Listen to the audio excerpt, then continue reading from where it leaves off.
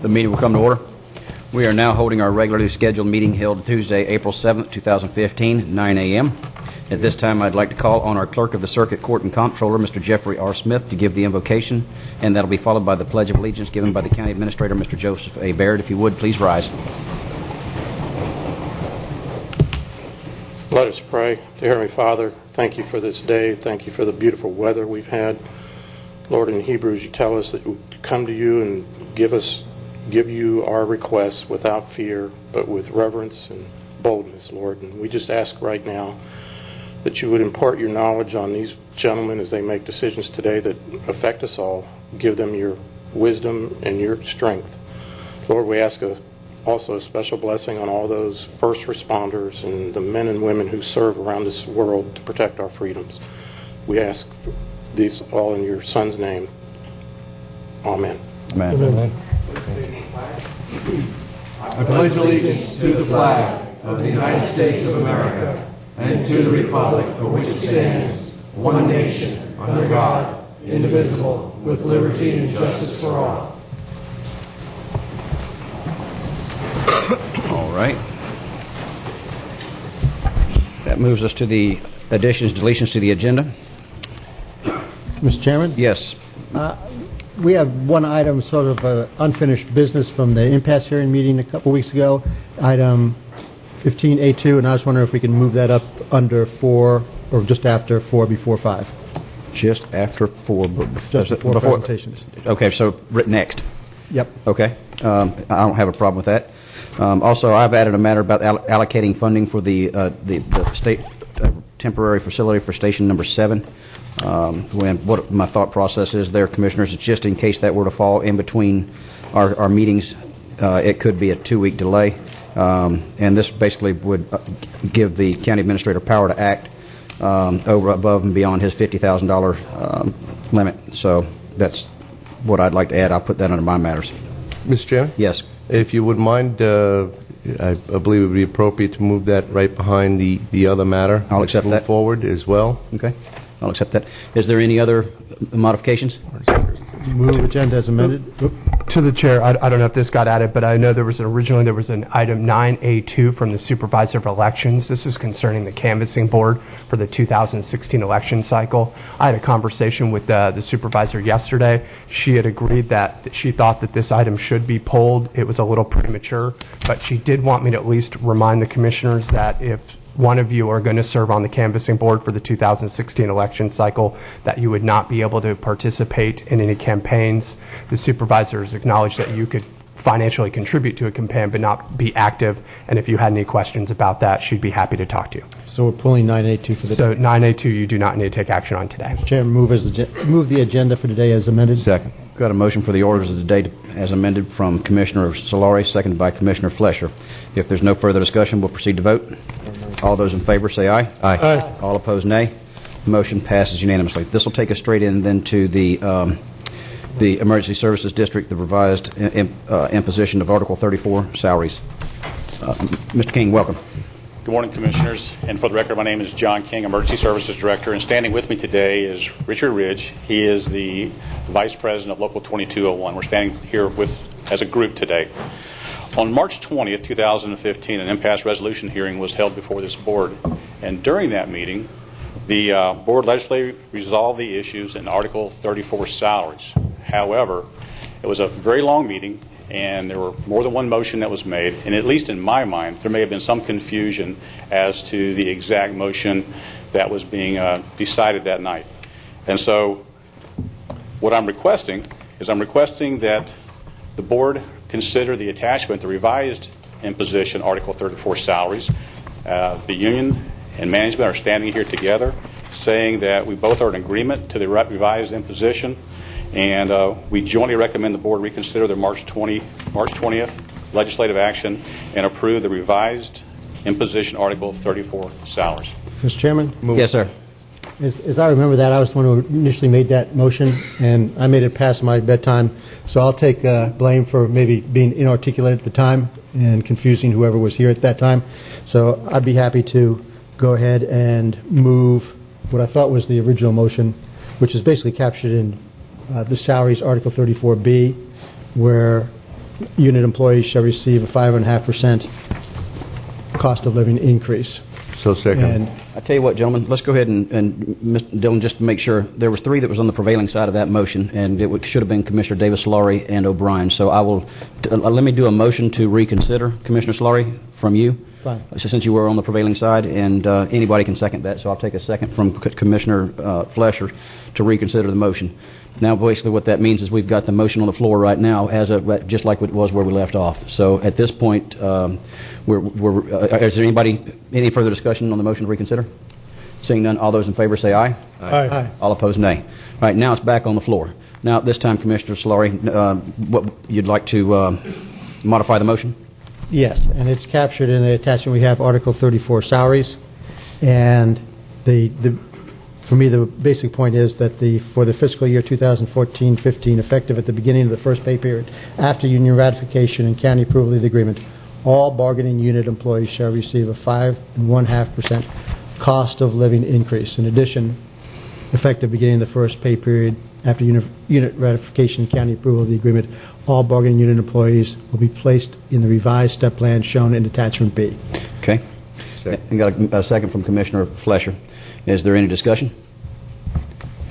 Dylan? If I can just clarify, so Yes. essentially, there's a bunch of other language that's included. I assume that It includes included. all of the attachment article salary, which would include 3401, 3402, A, B, C, D, and E. Okay. Thank you very much. It's 3402. And then there's 34. I'm getting clarification from the county administrator. There's a 3403 and 3404 also. I didn't realize that they had made Yeah, any changes. I don't believe that they were under the. But just impasse. include them. We're good. Yeah. Let's not overcomplicate this, gentlemen. Thank you. Thank you. Okay. If there is any further discussion, anybody from the public wish to address this issue? Yes. Welcome, Mr. Johnson.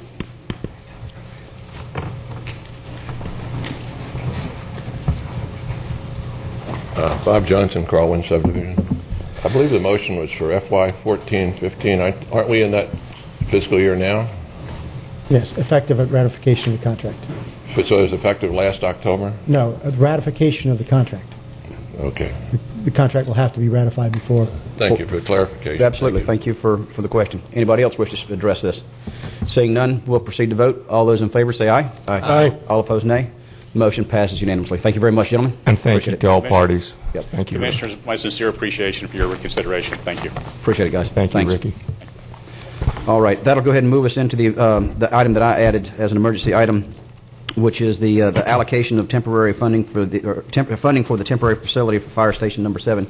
Commissioners, again, like I said earlier, I think that really that we're moving as quickly forward with this as we possibly can. And the one thing that I didn't want to have happen is us be in a situation where the county administrator would exceed his $50,000 power to act. And so this is basically allocating $200,000 for a temporary, just so we can start the process of requesting or going out to bid for a temporary housing facility for Station Number 7, to where I'm sure we'll go to a contract on a piece of real estate, whether it's a lease or something. And then as we put that under contract, then it'd be time to start moving forward with this part of it. But I just didn't want to have to call a special meeting or anything like that or slow this down by 2 weeks. So, Mr. Chairman? yes. The only concern I have is that it states $200,000, and I did not want to run the county administrator to run a situation where if it was slightly over, that he would be limited and have to come back to. So I'd like to make a motion for $250,000. I'm easy with that. My thought process was that he has $50,000 discretionary, so that's really what I was thinking. But whatever, I'm easy as long as we just get. It appears to be running close. Sure. All right. Second. All right. I got a motion from Commissioner Flesh to move it to $250 for housing of the temporary Station Number 7 once we find a spot there. But go ahead and to allocate these dollars. Got a motion from Commissioner Flesher and a second from Commissioner Solari. Is there any discussion? Yes, Mr. Chairman, before we close this out, if you don't mind, if it be appropriate, I'd just like to get an update from the county administrator on the testing stations 10 and 11 and where we are with that. We had them tested last week, with all the stations tested. Now, we did hear that, we did hear yesterday, they were all tested last week. We did hear yesterday that, go ahead. Thank you, Commissioners. For the record, Jason Brown, County Budget Director. We did have the testing done last week. Per what we had presented to the board, there were 3 days set aside for testing. Only 2 were necessary. All the testing did get done that is needed, so we are able to move forward with the remediation activities at this time. All right.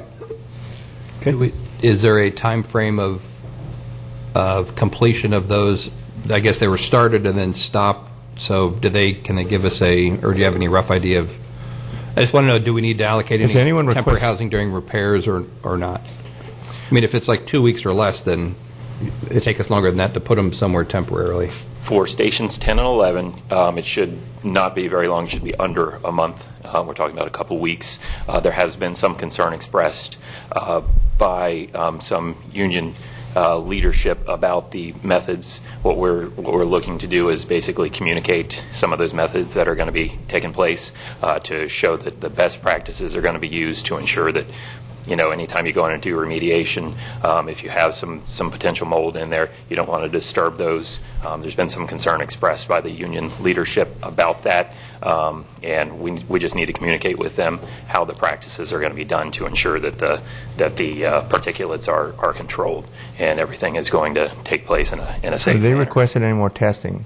Had their attorney requested? And There was some talk of that, but yesterday we did resolve that they're not requesting any more testing. There was some talk about potential additional testing, but that has been resolved. Good. And so no additional testing is requested. But notwithstanding any the results of the testing, the men and women who serve, based on this vote today, will be relocated without haste. No, this vote's only on Station 7. Number 7. No, that's what I'm saying. Relocated without haste. That's Yeah, Station absolutely. 7. Yeah, that's what, as I understand it, there's already been conversation in the procurement as far as the Ms. Hyde getting some numbers on what it's going to cost us to do it. Thank you. Forward. Yeah. And, okay, so Jason, just on then the remediation for 10 and 11, we've got the clearance from the workers' comp attorney to move forward. So if we could just tell our contractor to expedite it and do everything he can and work longer hours or full days or weekend, whatever they need to do, let's Get her done. Let's emphasize we want to get it done, and now that we've finally gotten the union's attorney to give us the okay to move forward, let's get it done, okay? Yes, we have reached out to them, and we will convey the urgency there to get that done as quickly as possible. Right. Thank you, Mr. Chairman, for letting me... No, bring that absolutely. up I think under it's your all matter. appropriate under this is the remainder of the topic. Is there any further discussion? Yes. One on the motion, it's setting a flat amount of $250,000. Do we want to put in the words up to as needed? Or I think we'll have another meeting before we spend $250,000. Okay. So my main thing was I didn't want a 2-week delay if it's hit just right, and so this should be enough to just about to get the entire project done. But if not, he still has $50,000 above that he can act without coming before the board. So this is this should be fine. Okay. yeah, I assumed it was up to, Yeah, absolutely. Any further discussion? Anybody from the public wish to address this issue? Seeing none, we'll proceed to vote. All those in favor say aye. Aye. All those opposed, nay. Motion passes unanimously. That moves us into the proclamations and presentations. At this time, I'd like to, this is the Historic Act Proclamation, United States Life-Saving Association, Indian River County Chapter, by Indian River County Ocean Rescue Captain Mr. John Frazier, to 8 county employees for their team effort in reviving a cardiac arrest patient last June at Round Island Beach Park. The recipients are Lifeguard John Dotsey, Lifeguard Chris Watkins, Lieutenant Firefighter EMT Bruce Megwin, Fire Medic Sean Gibbons, Fire Medic Mario Henderson, Fire Medic Joshua Morris, and Fire Medic Kevin White, and Deputy Rob Forrest. At this time, I'd like to call on Mr. John Frazier to present. Welcome. Thank you. You want to have everybody come on up? Sure. Sure, bring them on up. Yeah, come on up. All you guys that are here, that you just called, you want to come on up? And Mr. Chairman, they would go charging in the ocean to save somebody, but it's like pulling teeth to get them to Get him stand up in front of the stand camera. up in front of us. Yeah. stand up front. Oh, okay. Gotcha. Hi, how are y'all doing?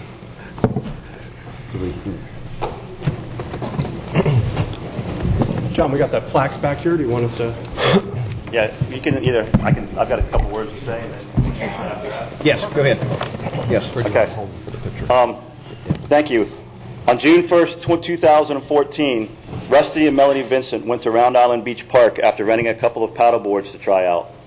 Rusty, having been an avid surfer till his knees would not allow him to enjoy that sport anymore, thought he would give paddleboarding a shot. After he finished a rather strenuous effort with a rough ocean, Rusty was resting on the beach with Melody when he suddenly went into cardiac arrest. Within seconds of this occurrence, Rusty was under the medical care of lifeguard EMT John Dotsey, a 12-year veteran of Indian River County Ocean Rescue. With lifeguard Dotsey's immediate intervention, a chain of survival was initiated. The first link in the chain is to ensure that effective CPR is performed while advanced life support is being summoned.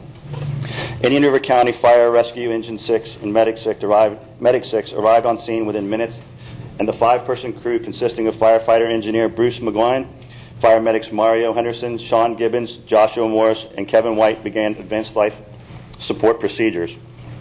The team's efforts were so effective that within 5 minutes of arrival, the medical run report shows that Rusty had a rapid and regular pulse and was labored respirations. The second link of the chain of survival has been established. The team of rescuers now included Indian River County Deputy Rob Forrest, who assisted with scene control and facilitated rapid transport to the hospital by clearing each intersection along the transported route.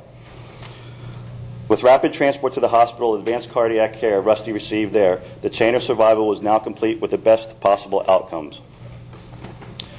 Those of us who have chosen career paths involving the daily provisions of quality emergency medical services and public safety for our fellow citizens feel a great sense of satisfaction when team efforts such as this one succeed.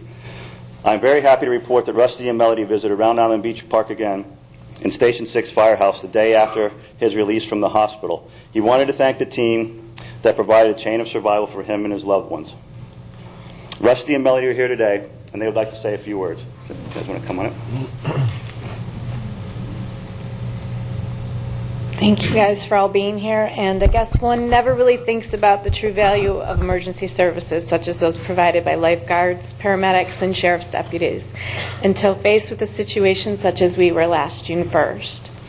When you realize how very different your life and many lives of those intertwined with yours could be without those essential services and personnel, it gives you pause and provides clarity on many levels. Saying thank you hardly seems sufficient, but we are so grateful for what we consider and note to be heroic efforts by those standing here today.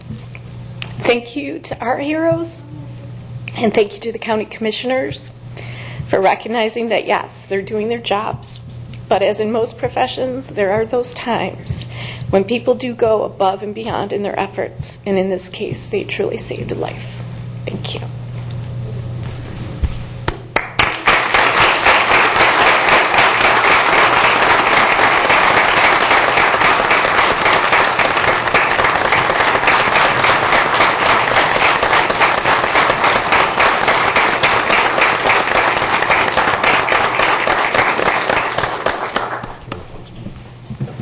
In recognition of the teamwork involved in saving precious life on June 1st, 2014, the United States Life Saving Association Board of Directors has unanimously approved Meritorious Acts Awards for the following. And if you guys have those plaques, that'd be great.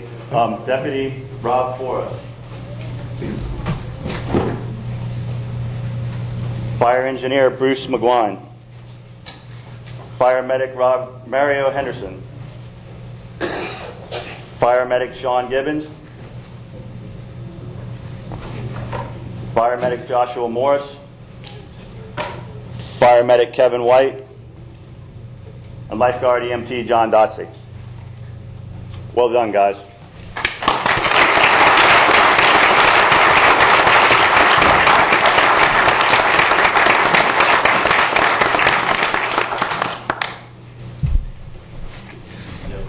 Let's get pictures. This is what it's all about. What do you think all those flashes were?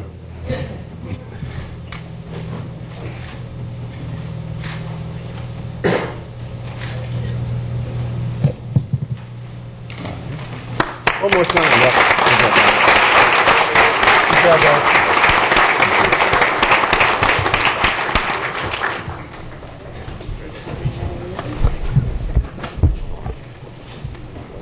John, thank you very much for this. And of course, all this falls under emergency services. And gentlemen, to the fine people that we have that work in these departments. This is a success story. This is just one. It's one of many, though, and you never know how much you need it until you need it. And thank you very much for everything you guys do. Mr. Chairman, hearing Melanie's heartfelt words, she said something that just rung a bell. She said that they're doing their jobs. It's ironic that our emergency service responders, I mean, I worked with Rob as his own partner. I worked with many of those individuals, and it's something they do every day. Exactly. And she said something that just clicked. She said they're doing their job. That's how they feel. They're just doing their job. And I think we're very blessed here in Indian River County to have the emergency service responders that we have, and that they all work together, that law enforcement and fire and EMS are unified. And lifeguard. And the lifeguards, that's right. And Captain, thank you for coordinating this, Absolutely. too, and ensuring that everybody did get their recognition that they truly deserve. Thank you. Thank you, guys. Absolutely. That moves us to the next item, which is the proclamation, the presentation of proclamation recognizing Indian River County Fire Rescue Driver Engineer Ray Jones for receiving the Florida Governor's Medal of Heroism. Wow. This will be, I will present this, and this is to Mr. Jones. Welcome. No. I'm going to read this and then have a few words here. This is recognizing Indian River County Fire Rescue Driver Engineer Ray Jones for receiving the Florida Governor's Honor of Medal of Heroism. Whereas on July 1st, 2003, the Florida Legislature established the Medal of Heroism Act for those policemen, firemen, EMT, and paramedics or correctional officers who gallantly, intrepidly distinguished themselves during the performance of their respective positions by risking their own lives deliberately above and beyond the call of duty while engaged in hazardous or perilous activities in order to preserve life, despite knowing that such activities might result in great personal harm. And whereas at the January 13, 2015 Florida Cabinet meeting, Governor Rick Scott presented the Governor's Medal of Heroism to Indian River County Fire Rescue Driver Engineer Ray Jones for his selfless and courageous actions in the evening hours of early October 2010, where he saved the life of fellow firefighter Jack Chestnut. And whereas on that evening, Driver Engineer Jones and crew had just extinguished a house fire when firefighter Chestnut stumbled upon debris, reached to steady himself by grabbing the top rail of a chain-link fence, and immediately became adhered to it as electricity began coursing through his body. And whereas, knowing the mortal danger in touching someone being severely electrified, and at the same time knowing that firefighter Chestnut could lose consciousness within seconds and die of arrhythmia, Driver Engineer Jones made a split-second decision to race over, body tackle firefighter Chestnut to wrench him from the charged fence. And whereas both men were electrified, both were transported to the hospital, and both, due to Engineer Jones's heroism, have survived to fight fires and save lives another day. Now, therefore, be it proclaimed by the Board of County Commissioners of Indian River County that we do hereby express our admiration for the valiance shown by Driver Engineer Jones on that fateful evening, and are gratefully honored that one of our own first responders, a 24-year veteran of our local fire service, has been presented the Medal of Heroism by the Governor of the great state of Florida, adopted the 7th day of April 2015, signed by all 5 county commissioners. Thank you Welcome. very much. Thank you. It's an honor. No, we're honored, and we certainly do appreciate your heroism in this. And it's one thing to save lives, and not to diminish that, but whenever you put yours in jeopardy to save a life, that's clearly above and beyond the call of duty. But I'm sure, as Commissioner Flesher said earlier, you call it your job, and for that we're grateful. Thank you very much. Absolutely.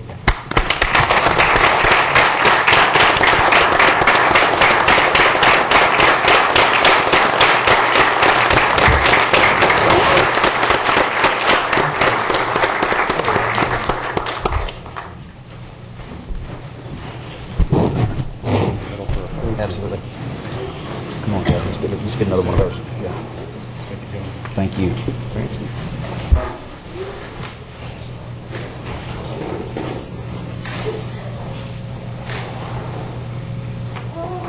Thanks, guys. Thank you, guys. Thank you, John. Thank you. Thank you. Hey, Rick.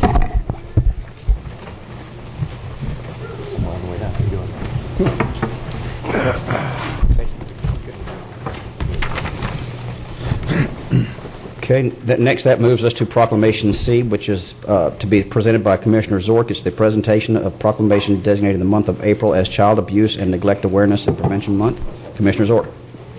Yes, good morning. I think we have some that are making their way down to the podium, so we'll give them a minute before we start.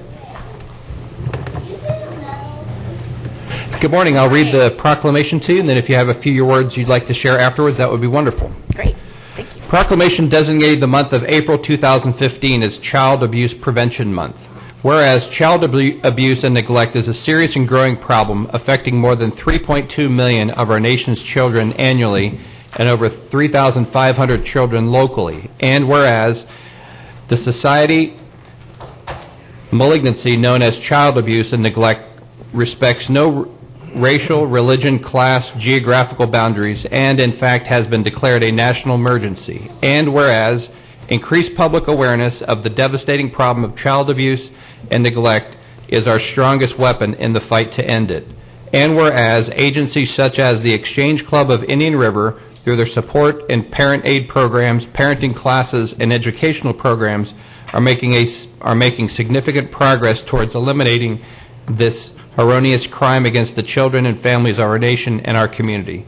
Now, therefore, be it proclaimed by the Indian River County Board of County Commissioners that the month of April 2015 be designated as Child Abuse Prevention Month in Indian River County, and all citizens are urged to use this time to better understand, recognize, and respond to this grievous problem. Adopted the 7th day of April, signed by all 5 county commissioners.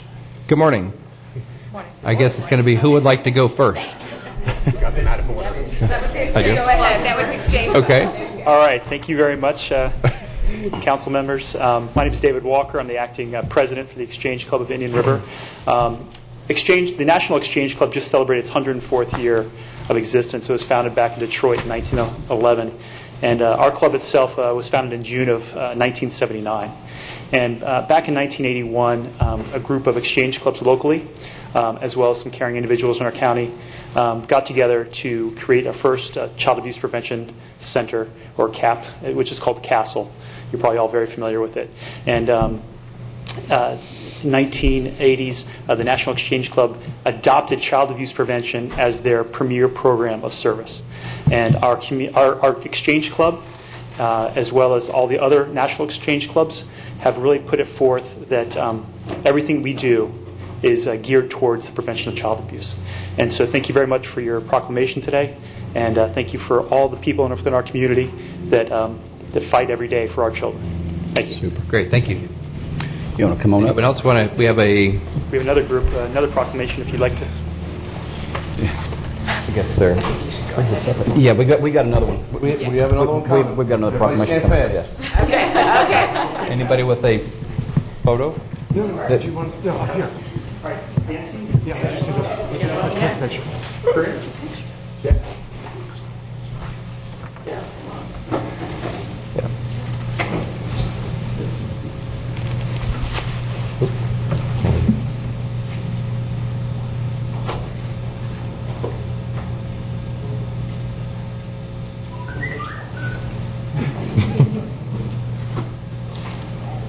Thank you. Thank you. Good job, guys. Good job. You may be called upon again.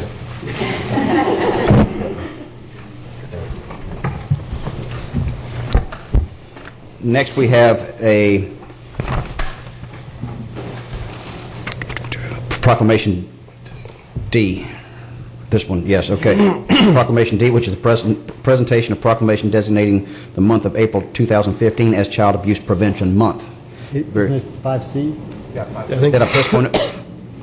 Okay. you want to do C now. Yeah, my bad. Okay, thank you. Presentation proclamating the month of April as Child Abuse and Neglect. Well, we just did that one. No, we're going to do it again. They're close. There was two. We're doing it again. This is Groundhog Day. All right. I think it's great. So, yeah. Trust us, Mr. Chairman. Yes, I trust y'all. So who's reading it? Commissioner Fleischer. Thank you, Commissioner Fleischer. Go ahead. Thank you, Mr. Chairman, Yes. for the opportunity, although I wish that this proclamation, as I said in years past, that we don't have to be reading this proclamation, and that is just a gentle reminder. These cases of child abuse and neglect are probably the most difficult that investigators, caregivers, and law enforcement respond to. They're the most difficult as far as restraint and understanding and correcting the problem, because it is a broad-scale problem that needs a lot of attention, and we're grateful that we have groups and organizations that want to spend the time, that are dedicated to address this issue. And hopefully it's corrected one day so that we can disband, folks, and you don't have to stand there all morning. I'll read this proclamation designating the month of April as Child Abuse and Neglect Awareness and Prevention Month. Whereas research shows when infants have a healthy start and a life and enter into a safe, nurturing, stimulating, and stable environment, brain development and child well-being will improve.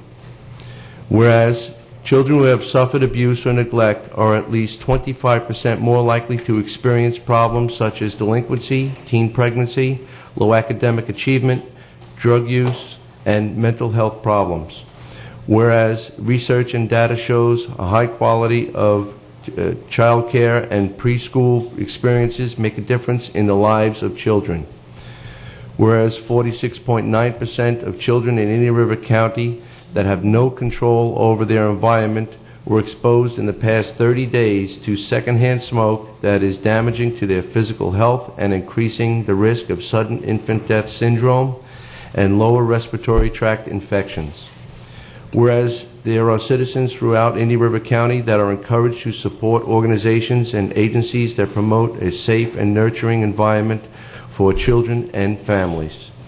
And whereas affordable after-school and summer care programs give single parents, dual working parent households, and at-risk children and families affordable, safe, structured options for the children, therefore alleviating the stress in the household. When communities work together, agencies partner and one another to link families with resources, and we can better meet all the dimensions of the child's well-being to ensure that the children are healthy, successful, safe, and thriving.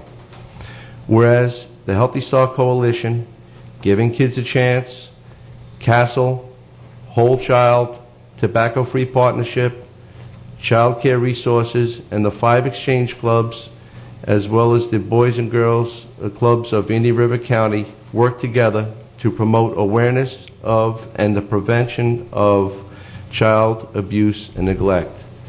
Now therefore be it proclaimed by the Board of County Commissioners of Indian River County, Florida, that the Board designates the month of April as Child Abuse and Neglect Awareness and Prevention Month, and calls for all of the citizens to engage in the awareness and prevention activities designed to make our community healthier and safer for all the children. Duly adopted this 7th day of April 2015, signed by all 5 county commissioners. Thank you. Welcome. Great. You want to say a few words, please? Yes, I am just so thrilled so many people have come out for this month of awareness.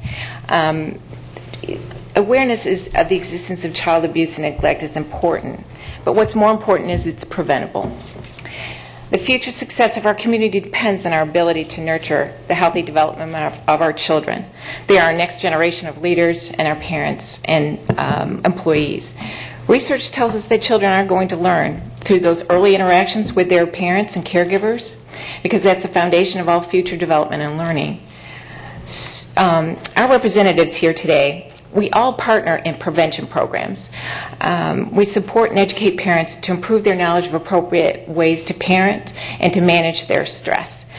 We decided to adopt the National Pinwheels for Prevention campaign, which utilizes the symbol of a pinwheel of a blue and white. It signifies the bright futures that every children deserves. And you're going to see a lot of these pinwheels across the county. Businesses have adopted them. to say that they support and that they want to play a role in the healthy development of children and families and support. So we just want to thank you for that proclamation that you read, and we'd like to present each one of you with a pinwheel, just emphasizing the importance of supporting our county's children, okay? Thank you so much. Thank you. Thank you. Thank you.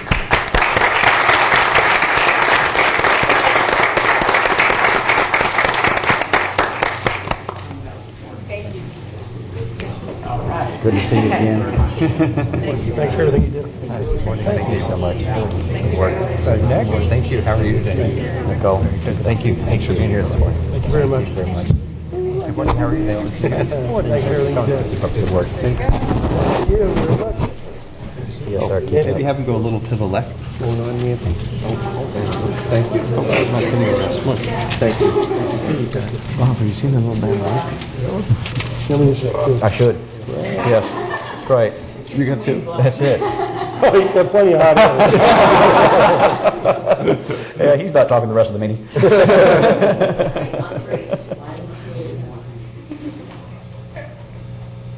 Thank you. That's great. Good job, guys.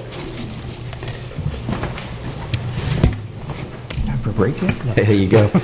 Next, we have the proclamation and presentation of recognizing the month of April 2015 as Guardian Ad Litem Month, and this is to be presented by Commissioner Solari. Commissioner Solari?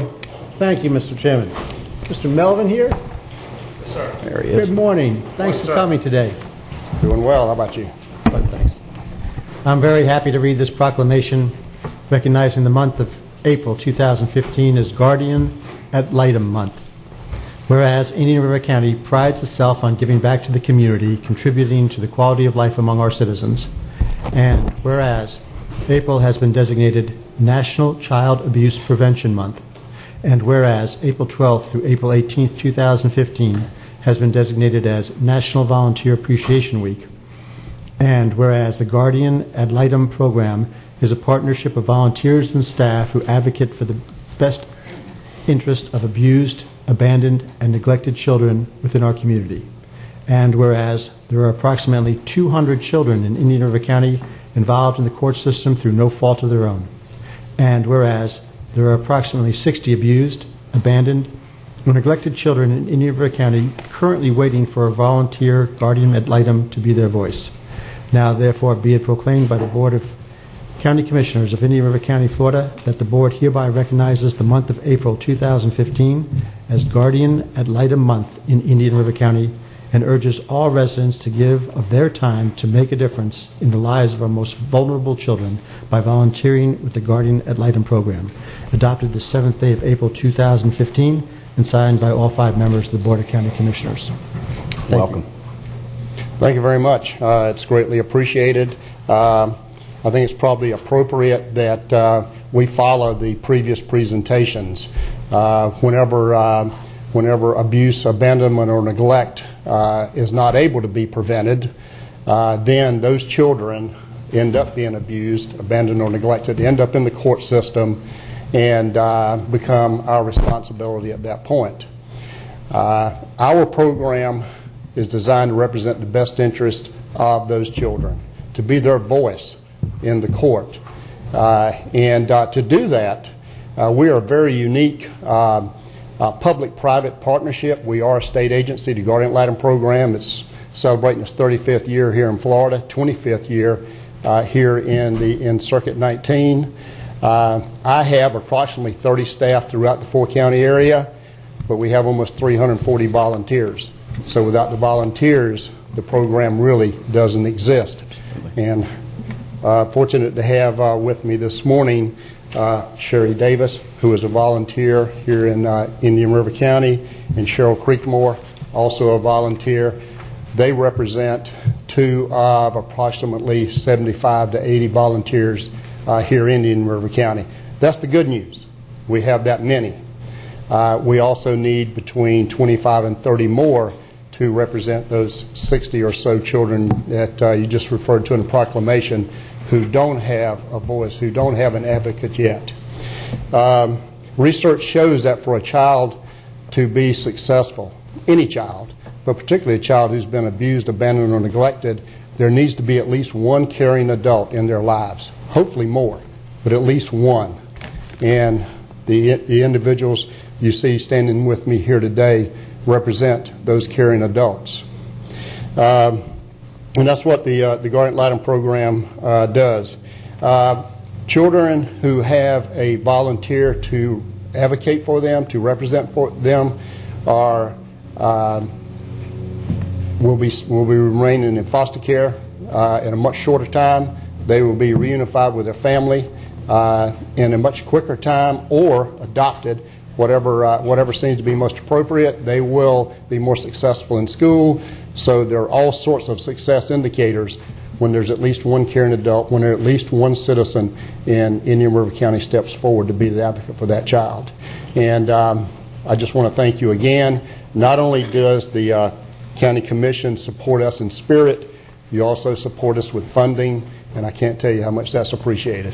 Thank you, Mr. Melvin. And first of all, how would somebody that wanted to be one of the 20 to 25 that you need get a hold of the organization? This is your opportunity for a shameless plug is what I'm getting at. Sounds good. Okay.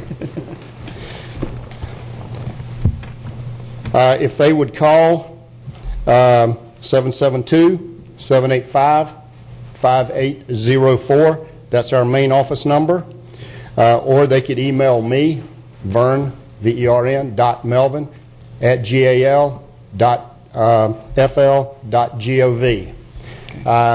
Or if you would just contact Commissioner O'Brien, I'm on the round table here in St. Lucie County, and we will get more information out to them.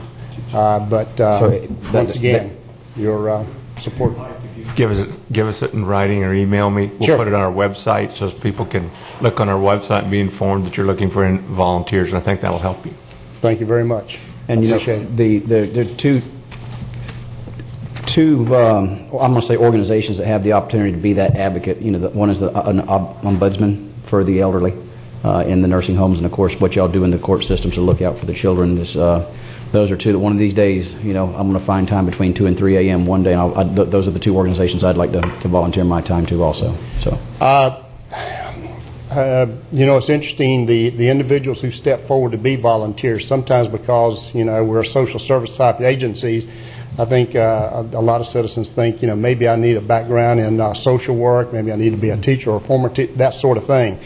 That's not the case. Let me give you one example. Recently we did a presentation before an organization in St. Lucie County, and one of our volunteers participated as a co-presenter. And this gentleman is retired from the Army. He was a first sergeant. In retirement now, his second career is as a train conductor, and he's also a guardian ad litem. He represents children. We'll take them all. Exactly. That's great. Thank you very much. Thank you. Appreciate it.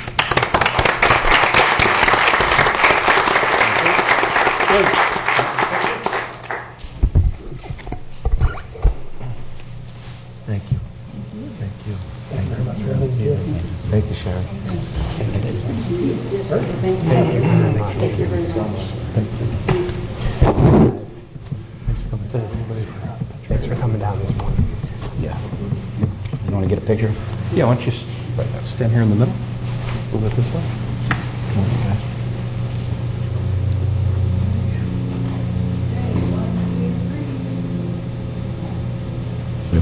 Good job, guys. Thank you. Thank you. Oh, yeah, for the next one.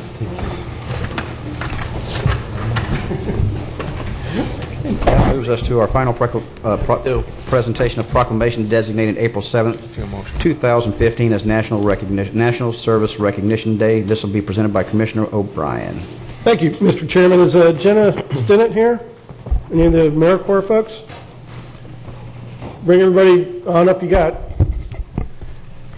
Good morning. Welcome. I'll go ahead and read. I'm actually Donna. Jenna could not be here today. Okay. So I'm accepting the award on AmeriCorps' behalf. Just go ahead and read it, and then you can have a few comments, okay? Okay. All right, great. Proclamation designating April 7, 2015 as National Service Recognition Day. Whereas service to others is a hallmark of the American character and central to how we meet our challenges. And whereas the nation's counties are increasingly turning to national service and volunteerism as a cost-effective strategy to meet county needs. And whereas participants in AmeriCorps and Senior Corps address the most pressing challenges facing our cities and nation, from educating students for jobs of the 21st century in supporting veterans and military families, to providing health services and helping communities recover from natural disasters. And whereas national service expands economic opportunity by creating more sustainable, resilient communities and providing education, career skills, and leadership abilities for those who serve. And whereas AmeriCorps and Senior Corps participants serve in more than 60,000 locations across the country, including 6 pre-K and elementary schools in Indian River County and 14 on the Treasure Coast, bolstering the civic, neighborhood, and faith-based organizations that are so vital to our country's economic and social well-being. And whereas more than 45 national service participants of all ages and backgrounds serve on the Treasure Coast, providing vital support to county residents and improving the quality of life in our county. And whereas national service represents a unique public-private partnership that invests in community solutions and leverages non-federal resources to strengthen community impact and increase the return on taxpayer dollars. Now, therefore, be it proclaimed by the Board of County Commissioners, Indian River County, Florida, that April 7, 2015 be designated as National Service Recognition Day in Indian River County, and the Board encourages residents to recognize the positive impact of national service in our county and thank those who serve and find ways to give back to their communities. Adopted the 7th day of April 2015, signed by all 5 county commissioners. Thank you very much. Thank you. As I had said earlier, my name is Donna, and I am a reading tutor at Indian River Academy.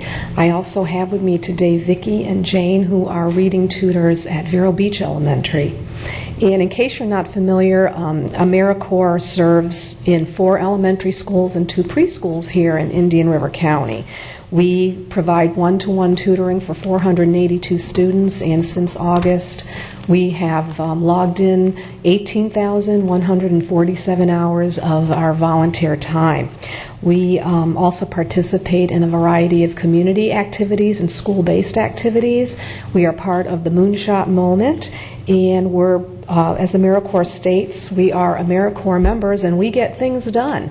I have a first grade student who I've worked with since August, and he knew very few of his letters and sounds when I first met with him. And just recently I handed him a book and said, read it. He went through it very fluently, and he looked at me and kicked back in his chair, put his hands behind his neck, and said, I am a great reader. And right then and there I knew I've done my job, and I was just so proud of him. And we would just like to thank you for your continued support and recognition. Thank you very much. Thank you. And thank you for all you do. Absolutely. Thank you.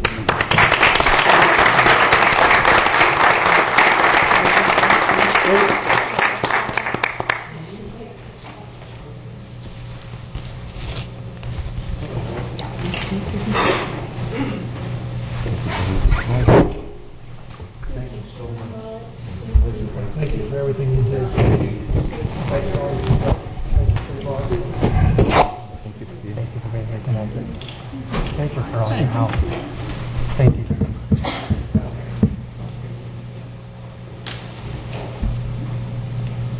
Get my good side, right? Give him the impossible job. Thanks. Thank you.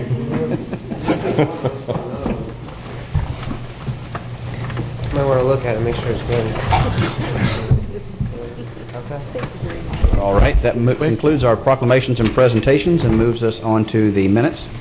Mr. Chairman, move approval of the minutes of March 10 and 17, 2015. I'll second that. Got a motion from Commissioner O'Brien, a second from Commissioner Davis to approve the minutes of 2015. Is there any discussion? Anybody from the public? Seeing none, all those in favor say aye. Aye. All opposed, nay. Motion passes unanimously. Anything from the consent agenda? Mr. Chair? Excuse me, the information. Jeff, what is Operation Greenlight? That's what Is that whenever we can, if we run any red lights, we can get them taken care of or something? Yeah. Close. Good morning, Commissioners. My name is Jeff Smith. Jeff Smith, Clerk of the Court and Comptroller. I'm pleased to announce an initiative that the clerks around the state are taking. It's called Operation Greenlight. You know, as our responsibility to collect court fines and traffic fines and service fees and that kind of thing, and fines that are assessed by the judge. One of my goals when I first took over as clerk was to set up an aggressive collection program to accomplish that. These fines and fees go to different agencies. You are one of those agencies that gets some of the money. The sheriff gets a piece of it, the local sheriff, as well as the state, and for various trust funds like the Spinal and Brain Research Fund and law enforcement, that sort of thing. So we created a collection effort in-house with some personnel that I already had in the court system, and we've been working on an aggressive collection program, but the state came up with, the Clerks Association came up with an idea to do a collective kind of thing, which we acronymed Operation Greenlight, which on April 18th, 61 of the 67 counties are participating in this. The other 6 have already done it. But we're waiving the 40% collection fee that is paid to a collection agency if people will come in on that day and pay their fines, and they can get their license reinstated right then and there. And, for example, if you take a $1,000 court fine and add 40% onto it, that's a $1,400 nut. We're allowed to use outside collection agencies, but the statutes allow them to add up to 40% onto the base fine. So we collectively worked with the 3 major collection agencies that the clerks use around the state and got them to agree to waive the 40% for one day, and that's what we're doing. So we're going to be open from 10 to 2 on April 18th at the courthouse. You can come in and pay all outstanding fines and court costs. And if your license has been suspended because of non-payment, we can reinstate that license right then and there. I have with me my Chief Deputy of Court, Cindy Carlsworth, but she spearheaded this. I'd like to thank the Sheriff's Department for providing security. They work really well with us over there at the courthouse, and they're going to have security on staff on site that day, and the courthouse will be open from 10 to 2.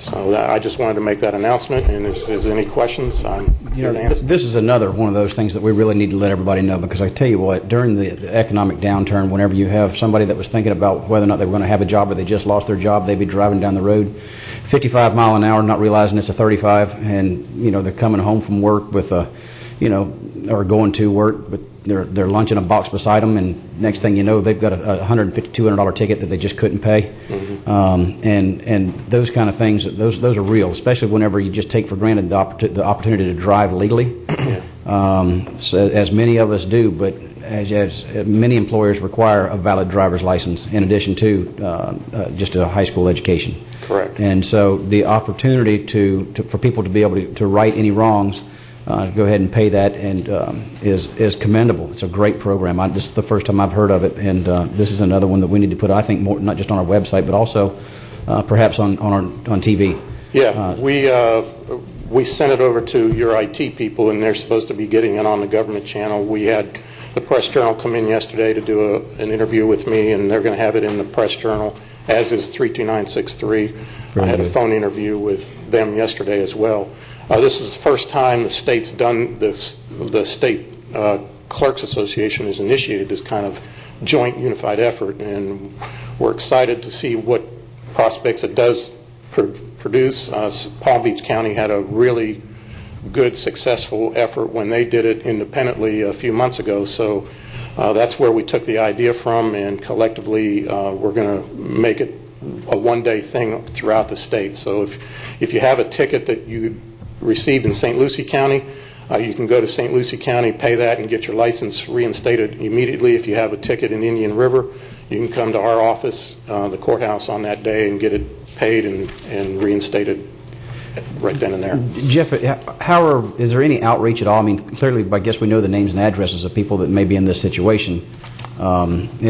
Is there, and I know we don't want to spend a bunch of money trying to, trying to collect it. Yeah, but at the same time, we do have a substantial case listing of people that have outstanding fines and fees. For example, in our criminal traffic division, over $2 million is owed to us, and our misdemeanor, almost $6 million is owed to us. We do have an extensive case listing of all those defendants that have been assessed those fines. We are slowly working that, but I didn't want to increase staff and cost more money to collect it. I'm using this existing staff that we have, and we're making inroads there. We have collected, since I started this aggressive campaign on my own, we've made big gains on collecting outstanding fees, and we have the judges' support. When a defendant is in the courtroom, they are reminding them that they need to go immediately down to the clerk's office and make arrangements to get their fines and fees paid for, and they've been cooperating with us, and they will, if they don't follow through, they will pull them back into court. And how many people would you say are on that list, as far as a number? Quite a bit. 1,000? Yeah, probably. Probably more than 1,000, I would guess. You're talking about $2 million in criminal traffic. That's your DUIs. In just regular civil citations, we have $3.4 million.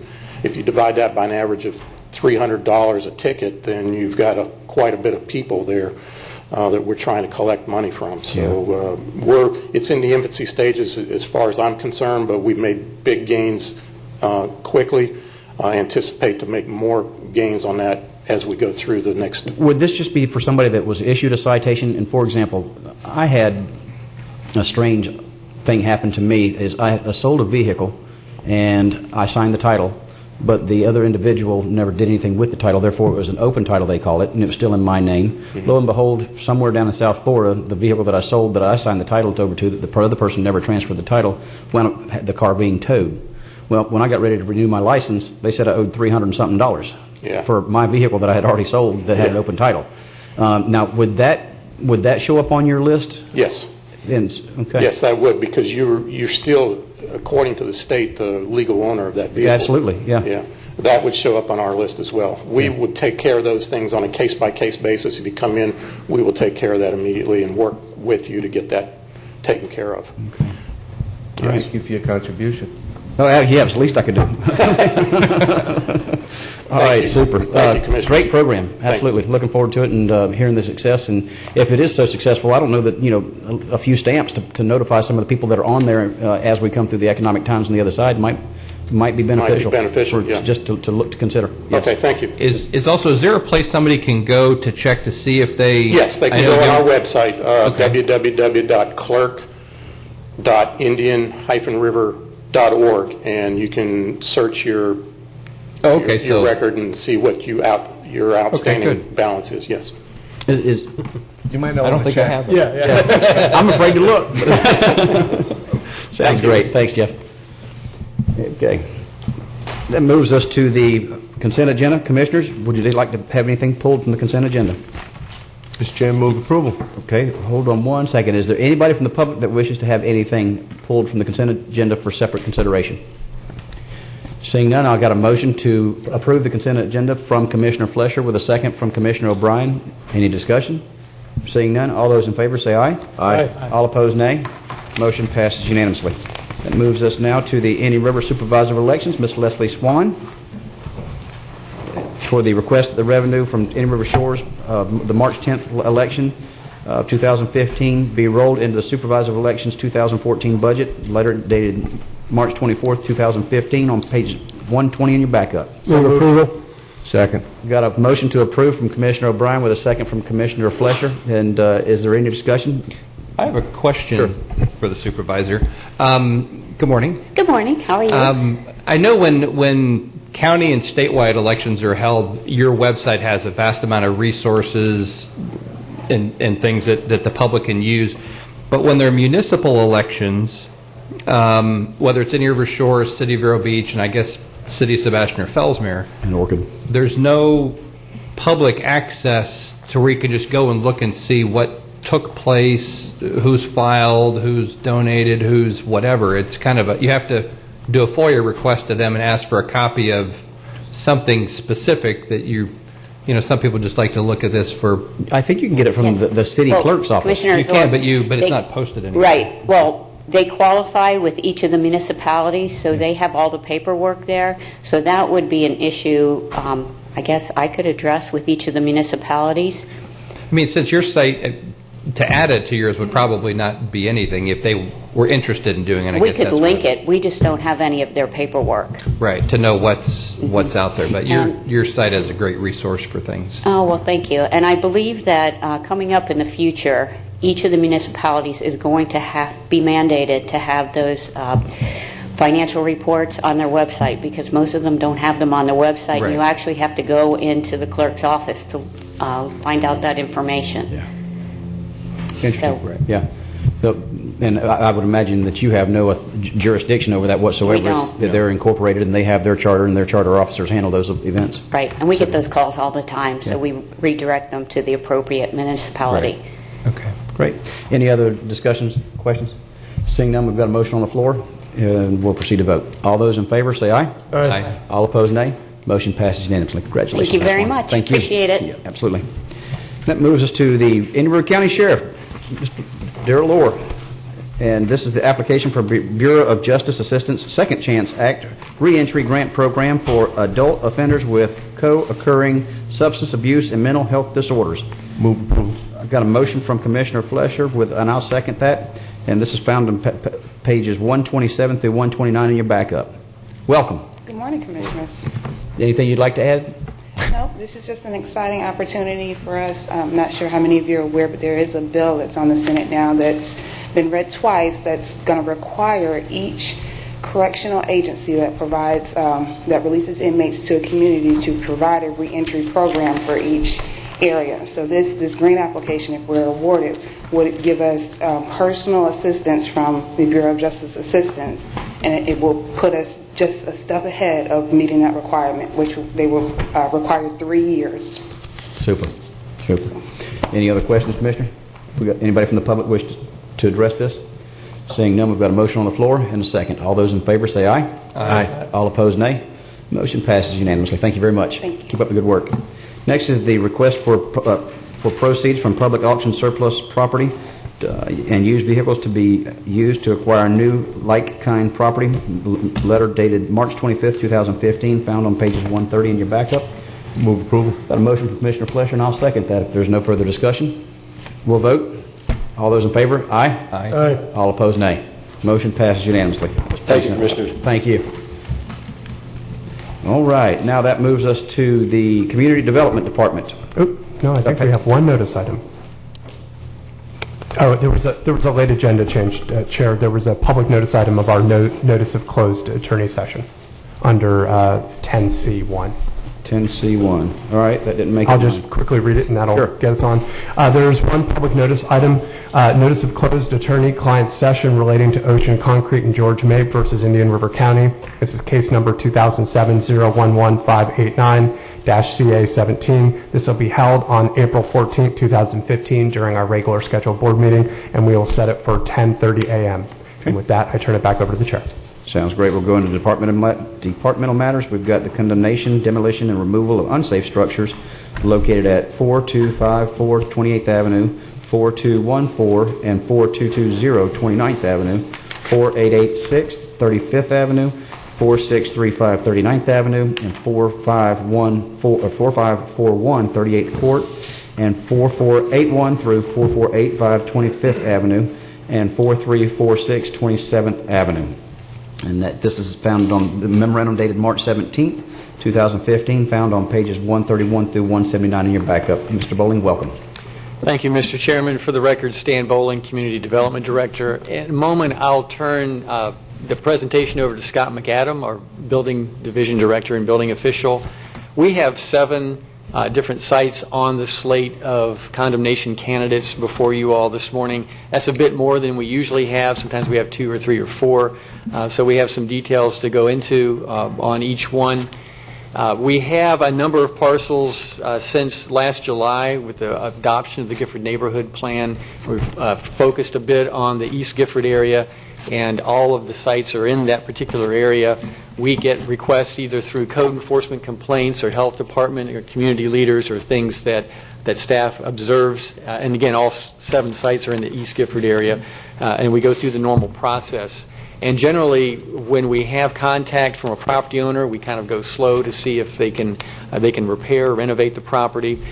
And the usual process we went through this time with the posted notice and contact, we had very little contact overall from owners at the beginning of the process. But since this report, staff's report has gone out, we've had contact from a number of property owners, which is why at the end of Scott's presentation there'll be a revised staff recommendation. Again, I think the board's policy, and actually what's reflected in the Gifford Neighborhood Plan, is for renovation and repair if a property owner is willing and able to do that, otherwise to proceed with demolition.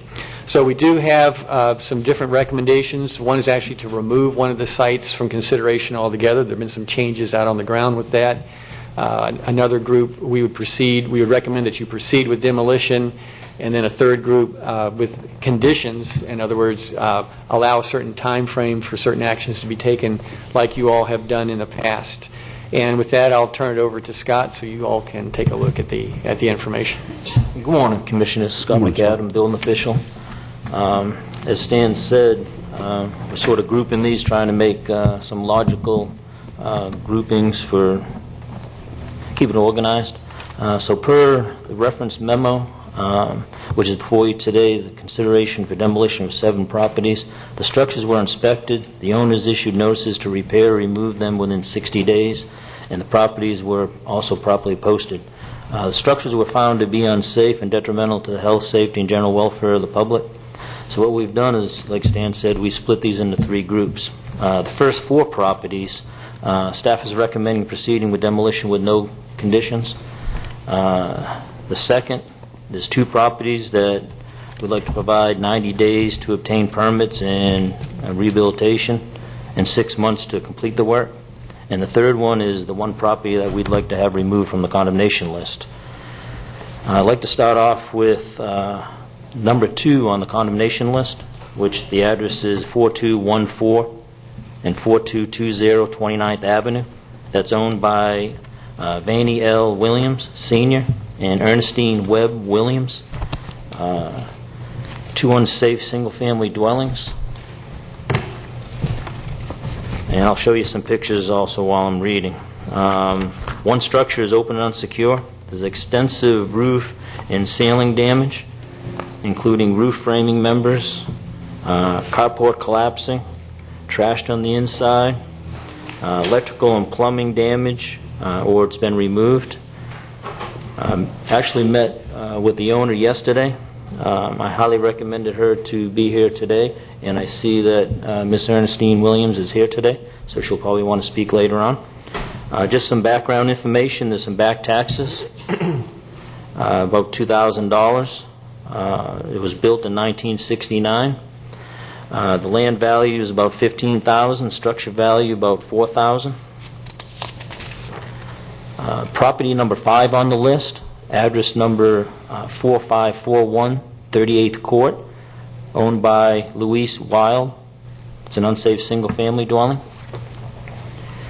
And the structure is open and unsecure. Roof and ceiling compromised, leaking, collapsing. Interior destroyed or trashed. Wood soffit damaged, rotten, open to rodents. And some background information would be back taxes about $900. There's a lien of about $400. Built in 1969. Land value about $7,300. Structure value $37,000. The next structure is property number 6 on the list. Address number 4481, 4485, 25th Avenue, owned by Connie Clark. All that's remaining of this duplex is the 4 walls and the slab. Some background information would be there's currently no mortgage on there. Code enforcement lien of about $1,500. There's another lien for about $3,000. It was built in 1960. Value of the land is about $4,000, and property appraiser has $10,000 for the structure, which is a little strange. The next property is number 7, address 4346 27th Avenue, owned by Harvey Smith. This is an unsafe single-family dwelling. Structure is secure at this time. Major structural damage to the roof, walls, and floors. Roof and ceiling collapsing. Electric and plumbing missing or removed. And some background information. No mortgage. Back taxes about $300. Built in 1950. Land value about $3,200. Structure value about $8,200. And that's the first group that we're recommending proceeding with condemnation, demolition without any conditions. The second group... Mr. Chairman? Yes. It may be easier for us to take them one group at a time, I think. Okay. All right. Do you want to start with this first group then? What's your pleasure? I would just start with this. Given that each group is going to have a different recommendation, sure. I think it would be easier for us to go through them. The numbers sort of run similarly too, so I think we'll just end up being a little bit confused. Okay. Just Bill DeBarl on behalf of the County Attorney's Office. Mr. McAdam, did you receive any contact from Louise Wild, 4541 38th Court? I believe she bought that parcel on a tax deed sale. I received a phone call from her after I found an email address for her and contacted her, advising her that the county was going to proceed toward demolition, because from the time that we initiated the demolition proceedings, there was one owner. Ms. Wild came and purchased the property under a tax deed sale, so there was a change of ownership. She did not do any title work. I referred her to your office. I don't know if she followed up with you or not. No, I have not. Thank you. There ought to be something legally, you would think. I mean, if it changed hands via whatever mechanism, whether it's tax deed or foreclosure, what certificate of title, whatever the mechanism is for it to change hands, that should restart our entire process, shouldn't it? No, it does not. Really? There's public notice given, and the code is specific that says even if the property changes hands, that the person is on notice, the new purchaser is on notice of the demolition proceedings. Because of that, legally how we have to go through it to make pending litigation for everything else. Plus, under a tax deed sale, there's also title work done. So, in looking at the title work from the tax deed sale, those things pop up. So the actual person that was notified, or that purchased the tax certificates or that's applying for the tax deed, they would show up as on the title as being notified of the county's intent? Correct. And we haven't heard anything back from her whether she planned, for some of these properties, quite frankly, this is a great opportunity to go ahead and it's cheap and get the property cleared and allows it to come back, for them to do something with it that normally they would have to do anyhow. But I really would like to know what, I would like to be a little bit more proactive if we could versus just having them with this new owner. I want to tread lightly whenever the government comes in there and starts tearing down some people's property. When I spoke with Mrs. Wild, she was under the impression that this house needed a little bit of cleaning and a little bit of maintenance, and she'd be able to move her furniture right in. I advised her that wasn't the case, that she'd have some considerable work to do getting the structure back into sound condition. Okay. And that's when I referred her over to Mr. McAdam. Yes, Commissioner Zork. Yes, I think also if there's some of the owners that are here on the items when would they have an opportunity to speak? We should be given that opportunity now. Okay. Before we do any motions or... Yeah, I tell you what, on the group, and I don't, do you have a short list of the group where everybody can see to make sure we could put up there, just so everybody knows which ones, if they're here to speak on the ones that we're talking about? Yes. If I could, Mr. Chairman, maybe if Scott can go back to the first property, we can take the property in the orders that he did them. So that would start off with property number 2 with the Williams property. Okay. So Scott, if you can, we can go back to that. Anybody here that on property number 2? And This is the property owned by Mr. Williams and Ernestine Webb Williams. Is that correct? So Yes. Is there anyone here for that piece of property? Anybody want to speak on that? Ernestine, welcome. And which category is that in? That category is proceeding with condemnation with no conditions. Good morning, Commissioners. Good morning, Ernestine Webb Williams. Wish I were here under more pleasant circumstances. I'm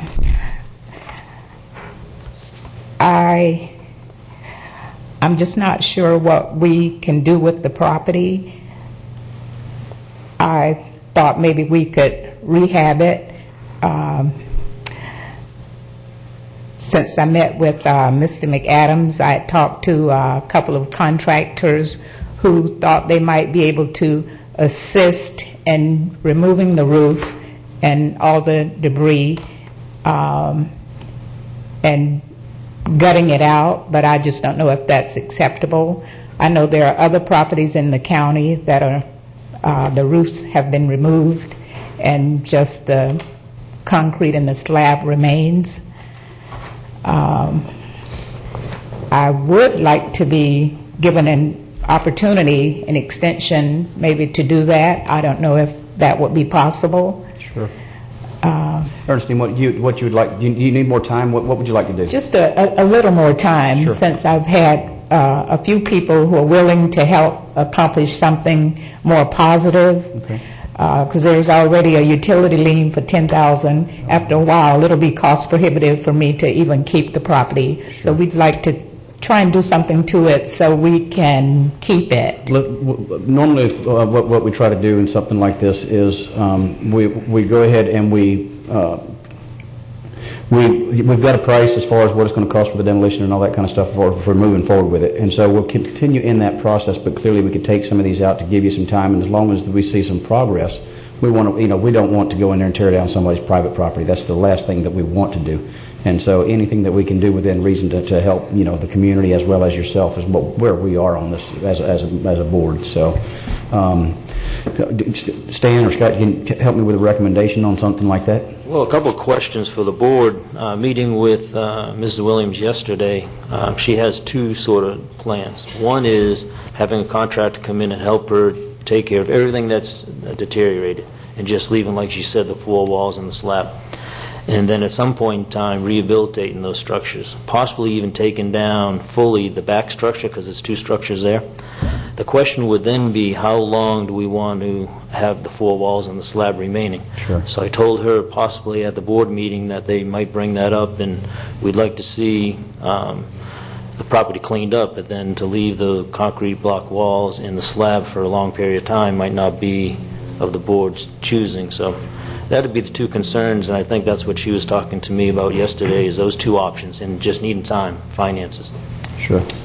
Yeah, Stan. Right. So one thing that we could do, Ms. Williams, we could give her time to look at her options in terms of contractor and so forth, and then bring it back to you all in 90 days to see what options she's looked at. My impression, at this point, and with her giving the evidence she has this morning, she's still considering her options right now. Sure. So I don't think, in some cases, people have had the structures looked at, and I think the 90-day, 6-month condition is warranted. Here, I think Ms. Williams is still looking at her options, so it may be just bring it back in 90 days. Would that be okay? That would be fine. I would like to say that the property hasn't always been in this condition. We boarded it up, and we've had people to take the plywood off, take the aluminum out of the windows, and it's just hard. And I filed a report with the Sheriff's Department, and it's just hard to catch these people in action when people don't report it. I grew up on that street, and I love that neighborhood, and I'd like the opportunity to try and do something and make it more positive. Sure. And we want to help you any way we can with that. If I'm speaking out of school commissioners, y'all let me know. But I think that we're good. No, thank you. Let's, do we need to separate that one out for the 90-day? What's your... Right. Mr. Chairman, if I would just suggest you might want to make a motion to remove it from the condemnation list and to have staff bring it back in 90 days. And that's property number 2. I got a motion from Commissioner Flesher, and I'll second that, to remove it from the condemnation list and give 90 days. Is that... Thank you. That would be very good. Absolutely. I seconded it. Commissioner Flesher made the motion. And so let's go ahead and take that one, and we'll remove it separately. All those in favor of the 90-day stay signify with aye. Aye. Aye. All opposed, nay. Motion passes unanimously. Thank you very much. Ernestine. Yes, ma'am. Thank Good you. to see you again. Now we move to the to the next one. Property number. It was number 5 on the list, 4541 38th Court. Is there anyone for the Louise Wild property here? No, this is the tax deed. Yes. Yes, this is the one with the tax deed where Ms. Wild contacted me. Okay. Mr. Chairman, I have a Yes, question. Commissioner Zork. Bill, on the, you said that when they did the title work on the tax deed, so is there something that we record that pops up that says it's in pending condemnation or pending demolition that shows up when they do that search, or what do they see? Yes, it's a notice from the building official that the property is under condemnation. It's recorded in the public record and picked up just like a lien or anything else. That's correct. But it's a little bit more proactive than that as they go through the tax deed application process, because whoever purchased the tax certificates and is applying for the tax deed, they would be noticed of anything that we're doing too, wouldn't they? That's correct. Yeah. Okay. You understand what I mean? Right. Okay. On this one, I think what we ought to do is to go ahead and move forward and just go ahead and move forward, but give Ms. If we can reach out to her one last time and say, here quickly, if she needs some time to look at her options like we have on some of these other ones, but with her not being here at this time, I don't know that we need to hold up at this point. I believe she's a realtor in New York that has family in Florida, not even here in Indian River County, but in Florida. Yeah. So I think we ought to go ahead and move forward on this one. Mr. Chairman? Yes. I got a motion from Commissioner Flesher to move forward with this one, and a second from Commissioner Solari. Is there anybody from the public wishes to speak on this? Oh, there's a hand in the back. Yes. Well,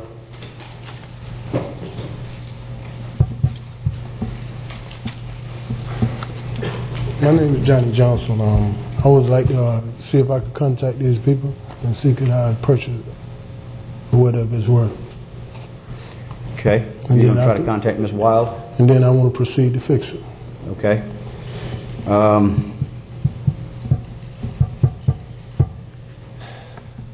How long do you need? Well, as soon as I can contact her and see what it's worth to her, and if she wants to sell, I could get in contact and fix it.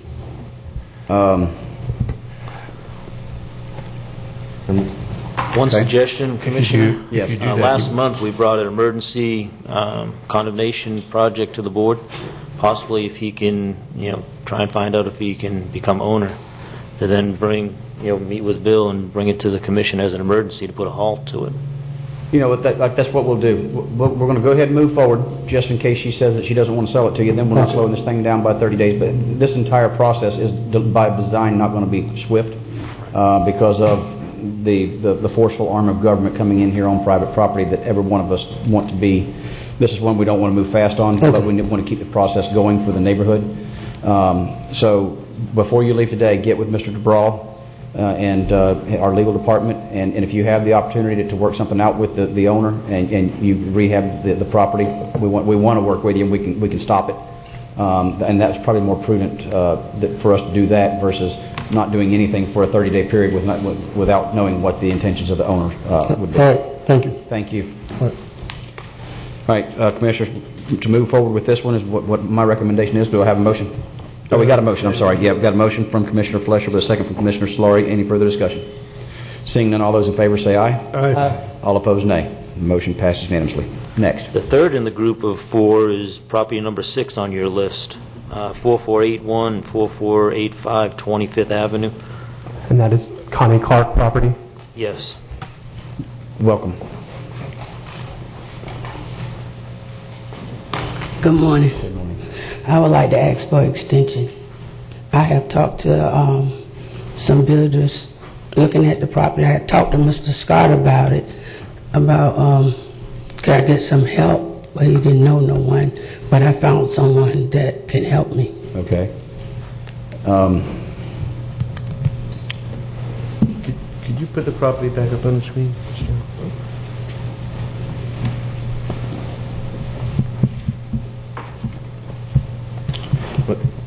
And how much time do you need? I don't know. I just need an extension. 6 months, 90 days, something.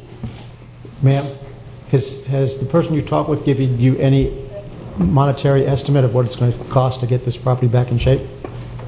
Yes, they gave me an estimate. Yes, sir.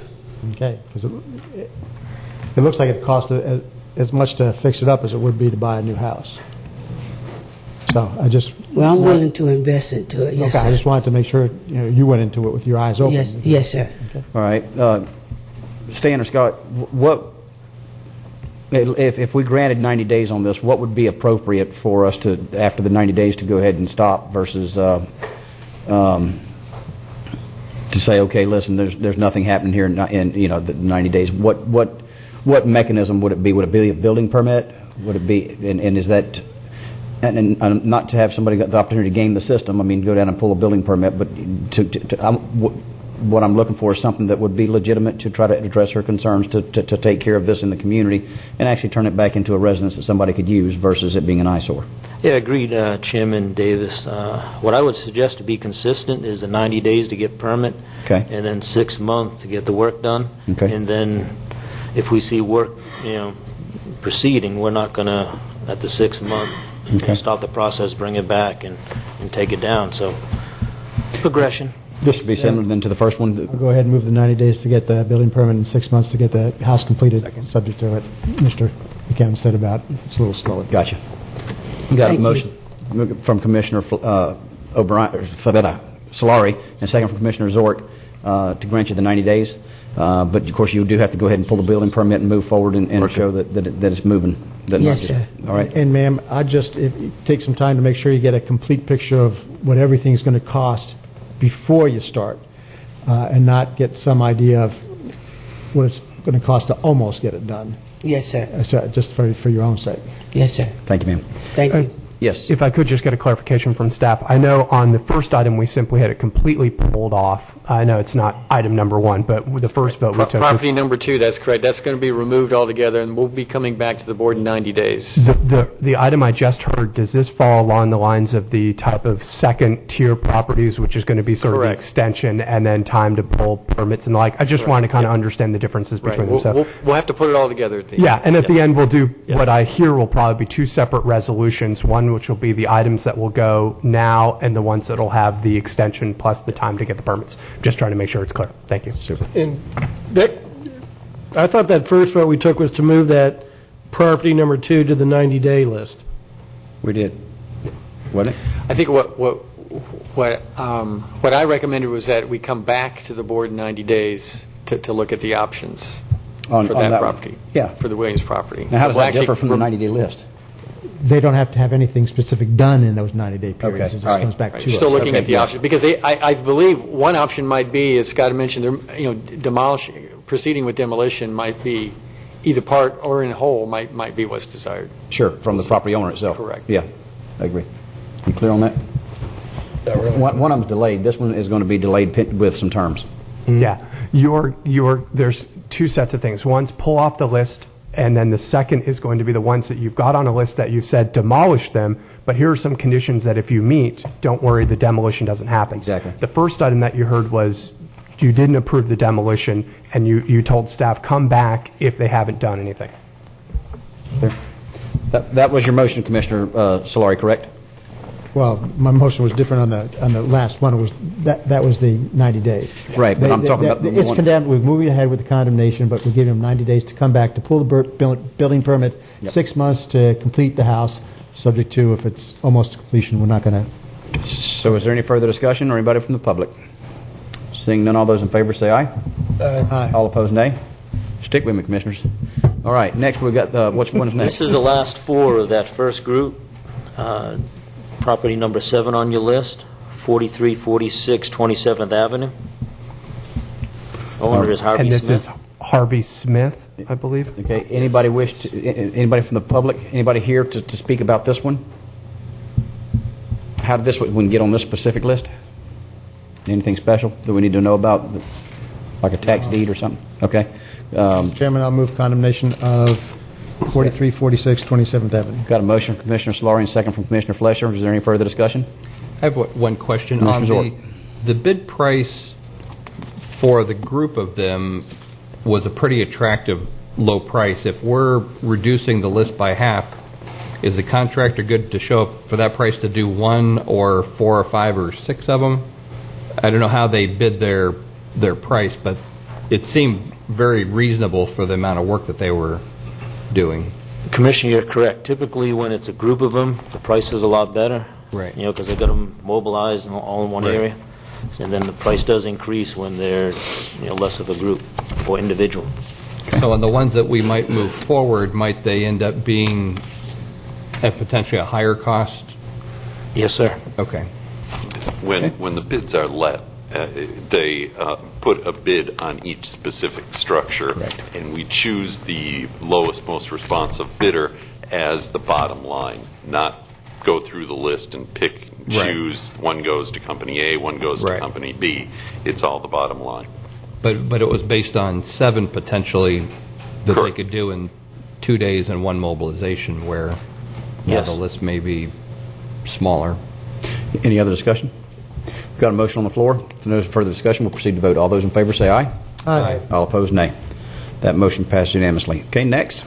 All right, this is group number 2, with our recommendation being 90 days to get permits and 6 months for completion of work. This will be similar to the one that we did with number 5? With Ms. Clark, number 6, Connie Clark. Yes, thank you. Okay. Property address, this is actually property number 1 on your list. Property address 4254 28th Avenue. It's in the estate of Phoebe Gibson. Structure is secure at this time. Roof is in disrepair, recovery without a permit, rotten fascia, siding, soffit, screening for the crawl space is missing. Interior wasn't inspected because it was secure. We met with the owner, and he is very interested in rehabilitation. Some of these are before and afters, so you can see that he rolled some rolled roofing on here, but there was never a permit pulled. And it's been secure, like I indicated. Scott, can you back up 2 pictures? Is there an active electric meter in that picture right there? I can't. Yes, sir. I can't tell if it is or not. There is active electric? And water. And water, okay. Okay. It never leaked. Name and address for the record, please. George Gibson, 4186 57th Avenue. Thanks, Mr. Gibson. It never leaked inside. I had heart surgery, and then they started working on it, they quit. But eventually my son didn't finish it. But it never leaked inside. New rotten wood inside. Electrical, plumbing works. Everything works. Okay. I don't mind doing whatever he has to do to the roof, but I want it moved off the list, though, for being tore down. Okay. Tell me your address again, please, Mr. 4186 57th Avenue. Okay. So you would rather us not do the give you 90 days to go ahead and start pulling permits and getting the work done? I was going to work with it, but I don't think it should be on the list to be torn down. Well, Stan, how did it get on the list to be torn down? I was told it was. Again, we either get input, either complaints from neighbors, something that code enforcement staff observed, the health department, the community has observed. The number of ways that we get something, a candidate gets on the list. Okay, I was told. Then there's inspections after that. I was told it was turned in by the Progressive League, which I'm a member of, but I don't know what happened, but I've had several members that go in there and look at it. I mean, it's nothing wrong with the house. I had Officer Chetty Floyd go in there and look at it. Okay. He even brought a lady to rent it maybe 6-7 months ago. Okay.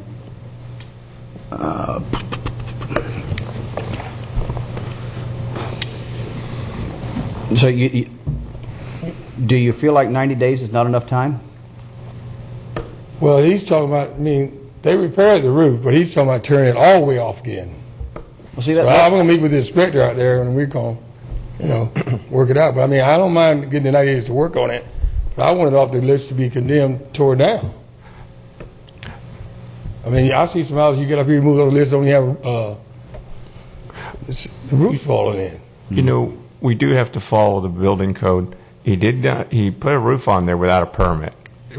Sorry, that's not allowed. I'm saying, but you just took some off the list that don't even have a roof at all. They would have to get a permit to put a whole new roof on. Right, but I'm saying you took them off the list to be condemned, and they don't even have a roof. Listen, you know what? I have no problem taking some of these off the list, and I'm going on myself on this. But at the same time, I want to respect what the community would like as far as taking care of some of these houses and getting them to where they're habitable and move back in. Or if you want to use it as income property or whatever, I want to give you the opportunity to do that.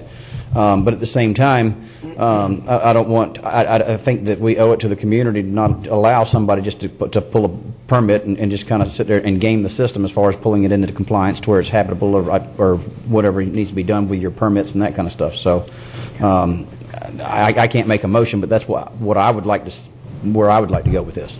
Mr. Chairman? Yes, Commissioner Fletcher. Mr. Gibson, you've been pretty responsive with your other properties, right. And I've seen that, and I understand that you had recent surgery, but you'd like it off the list. But by the same token, based on your past proactivity and your willingness to take care of this, I don't see the challenge there. I know the building department wants to work with you.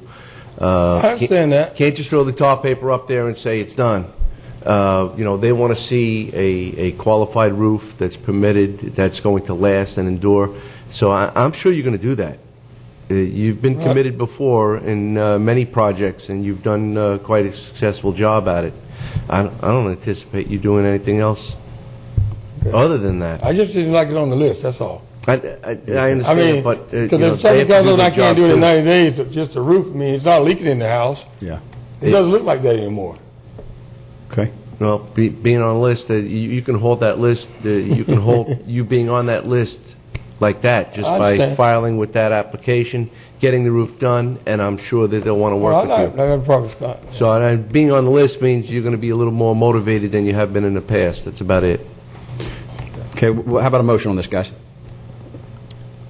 A motion to do the similar 90-day suspension with the requirement of meeting with staff and pulling any appropriate permits, whether it's for the roof or other activities like we treated number.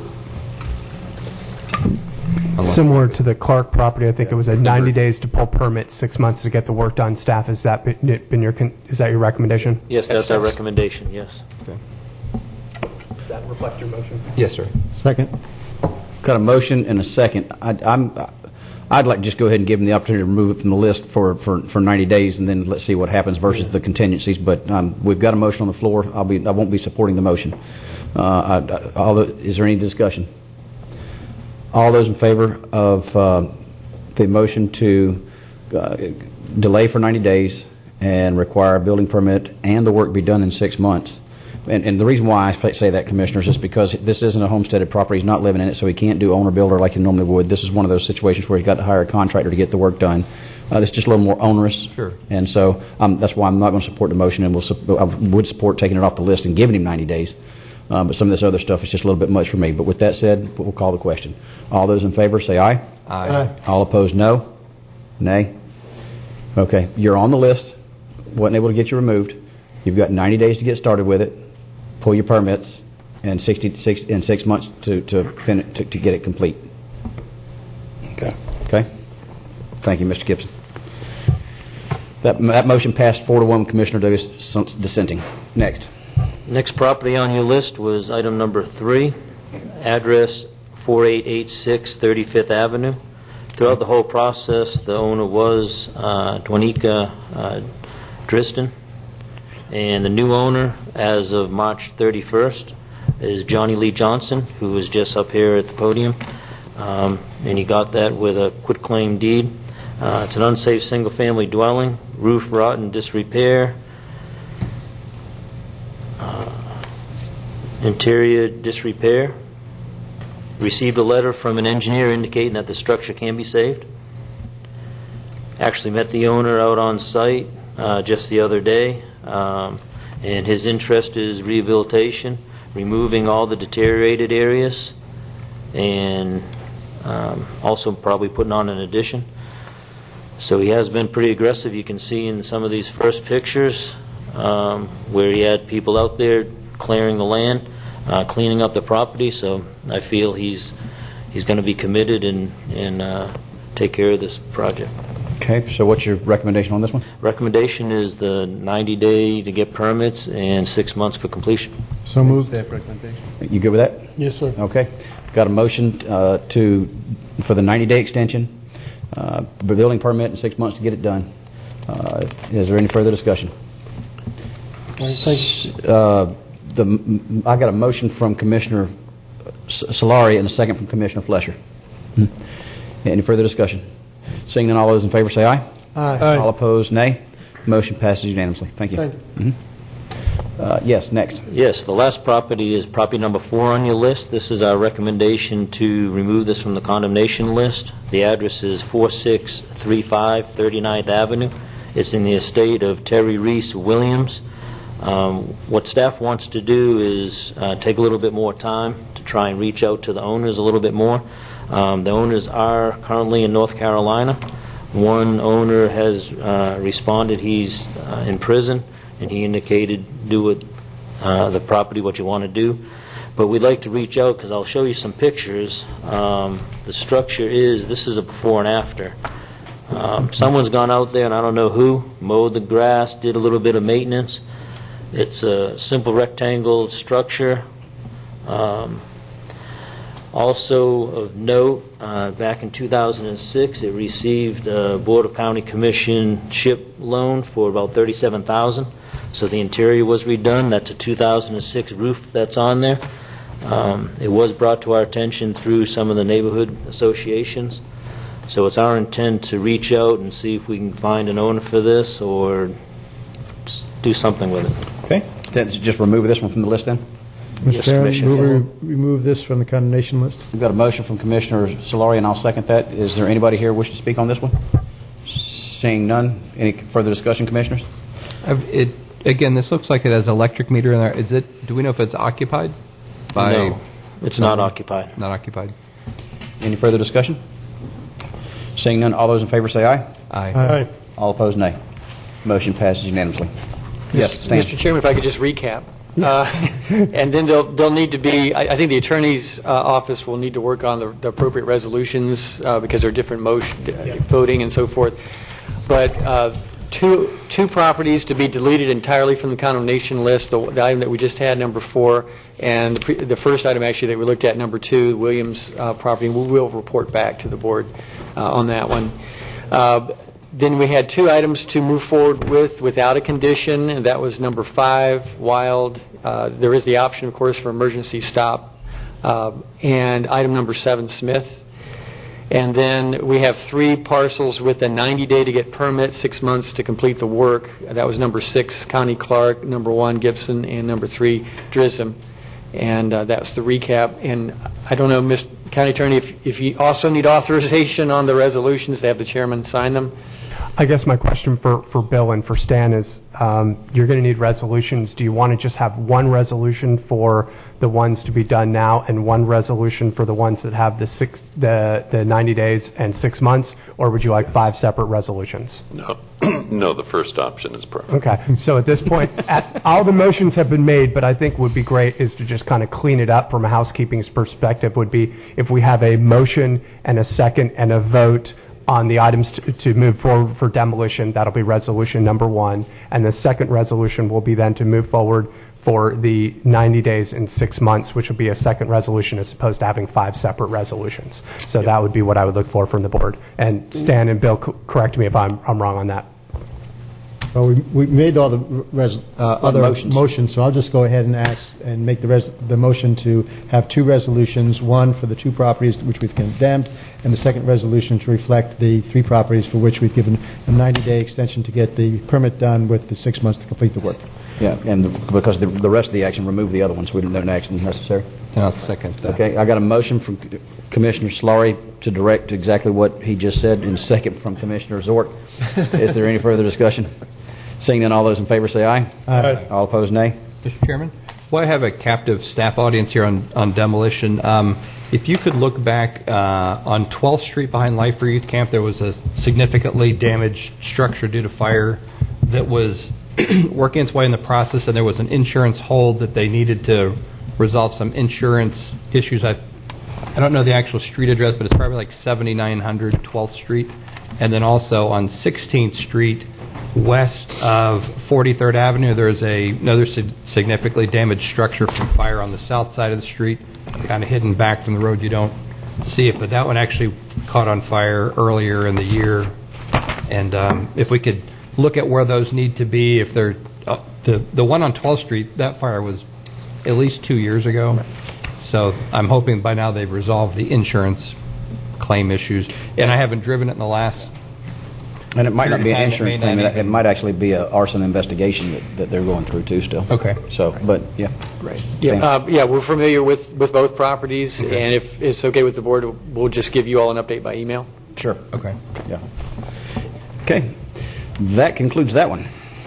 Now that moves us next to the appointee for the Public School Planning Citizen Oversight Committee. Page 180 in your backup. Welcome, Stan. Thank you, Mr. Chairman. Just two items. This is that I wanted to point out. This is a committee, Citizens Oversight Committee, that meets once a year, and it's mandated by the state in terms of the interlocal agreement that we have with the school district. And as you can see from the board office, there are two applicants, and whichever applicant you all appoint, we do have a Citizens Oversight Committee meeting this Friday afternoon, and we'll immediately get with who you all appoint and give them a quick orientation. Super. Okay. Do we know if are either of them here today? I know that Ms. Morgan was here. Ms. Morgan was here earlier. Okay. Commissioners, what's your pleasure? I'd like to abolish the committee, but I don't think that's one of the options. Anybody have a... Chairman, I'll nominate Ms. Morgan. I got a motion to nominate Ms. Morgan. And I'll second that. Is there any discussion? Is either of the individuals here just to make sure? Seeing none, anybody wish to address this? Commissioners, if there's no further discussion, we'll proceed to vote. All those in favor say aye. Aye. All opposed, nay. Motion passes unanimously. That takes care of the... Now we move to Office of Management and Budget. Mr. Brown, welcome.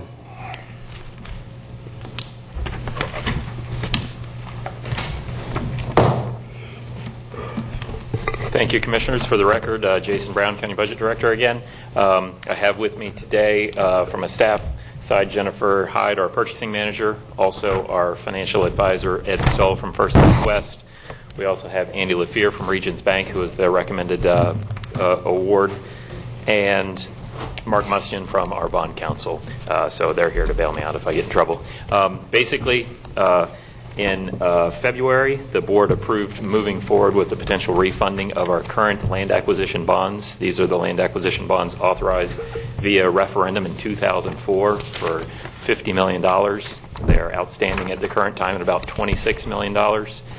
We brought this proposal to refund these bonds in February. The board approved that. At that time, the market rates were about 1.84%. We issued an RFP. We received 5 proposals. We have our financial advisor has recommended, and we concur, to award this to Regions Bank. Their proposal was a 1.79% indicative rate. However, the interest rates did go down a little bit after that. So on March 25th, they gave us the opportunity to lock in the rate at 1.66%. Wow. So the current bonds that we're refunding carry an interest rate of about 4.7%. So we're going down to 1.66%, substantial savings. There is a net present value savings of almost $1.2 million, which is about 6.2%. What we have typically had in the past as a policy is a net present value of at least 5%. So we're way in excess of that. The proposal would result in annual debt service savings of about $217,000 and would allow us to reduce the millage for this debt service by about 5%. So with that being said, staff recommend that you approve staff recommendation. We have made 2 minor changes to the resolution from what's in the backup. So if you want to say the resolution as amended, the only changes were one is a reduction in in one of the additional covenants in Section 12, there was a previous requirement to submit unaudited financial statements. After 180 days, that has been removed, and there is just a typo in one other section. Okay. Question? Yes, Commissioner Zork. In reading the Exhibit A, page 195, it shows maturity date of 2021. So we're keeping the remainder of years left on the original bonds. If you can clarify that. Yes, it's a net level debt service refunding. So what we're doing is we're not moving up the final maturity, so it still matures July 1st, 2021. However, the annual debt service goes down an equal amount each year, which is about $217,000 a year. And it's a partial refunding. And that's why the other years remain out. Right. It's something that after sitting through the FMPA meetings and audits, and whenever they refinance something, they always do it for another 30, even though it's 4 years from payoff or 10 years from payoff. They just redo it for another 30 years that entraps the members longer. Sure. Right. It's called borrowing yourself rich. Yeah, we have no intention of extending the debt. What we like to do here is try and pay down the debt as soon as we can. As you know, we've done several early refundings and pay downs early here, and the sooner we can get this debt paid off and taken care of, the sooner we can provide relief to the taxpayers, and that's always our goal. Okay. And so this helps us do that. Mr. Chairman, I'll move staff recommendation as amended. Second. Got a motion to approve or staff recommendation on the bond refunding by Commissioner Solari. I'll second that. And is there anybody from the public or are there any other questions? Seeing none, all those in favor say aye. Aye. All opposed, nay. Motion passed unanimously, and I will sign this immediately. If you'll get it on my desk, I'll sign it. I'd like to also thank our financial advisor and Regions Bank. They did a great job. Yeah, super. Right. Is this the same rate they offer for home equity loans now? Let's ask Earn $20 million. Yeah. Well, my house is worth that. All right. Hey. Just need an appraisal. Thank you very much. That motion passed unanimously. Next, that moves us into the notice of closed. We already did that. That's the one I covered earlier, sir. Under county manners, okay. Code Enforcement Board appointment, Dylan? Yes, thank you very much. On January 5th, we received a resignation from Aaron Bowles. He was serving as the engineer position on the Code Enforcement Board. We announced that vacancy at the January 13th Board of County Commissioners meeting. Since that time, we've actually received an application for a qualified candidate. That candidate is Stephen Boning. We have reviewed his application. He is qualified. Simply, the county attorney recommends that you open up for public discussion and then vote as to whether you would like to appoint Mr. Boning to serve on the Code Enforcement Board in the engineer position. And with that, I turn it back over to the chair. All right. Commissioners? Mr. Chairman, move Mr. Boning's appointment. Second. We've got a motion from Commissioner Flesher with a second from Commissioner Zork. Anybody wish to speak? For or against? Seeing none, we'll proceed to vote. All those in favor say aye. Aye. All opposed, nay. Congratulations. Thank you very much. And I just want to thank Christina Moore for all her help on keeping us on track with our committees. Super. Okay. City of Vero Beach, Indian River Shores, Indian River County mediation update. Dylan? Thank you very much to the chair again. On December 17, 2014, Indian River Shores, the county, and the city of Vero Beach had a mediation session consistent with Chapter 164 of the Florida statutes.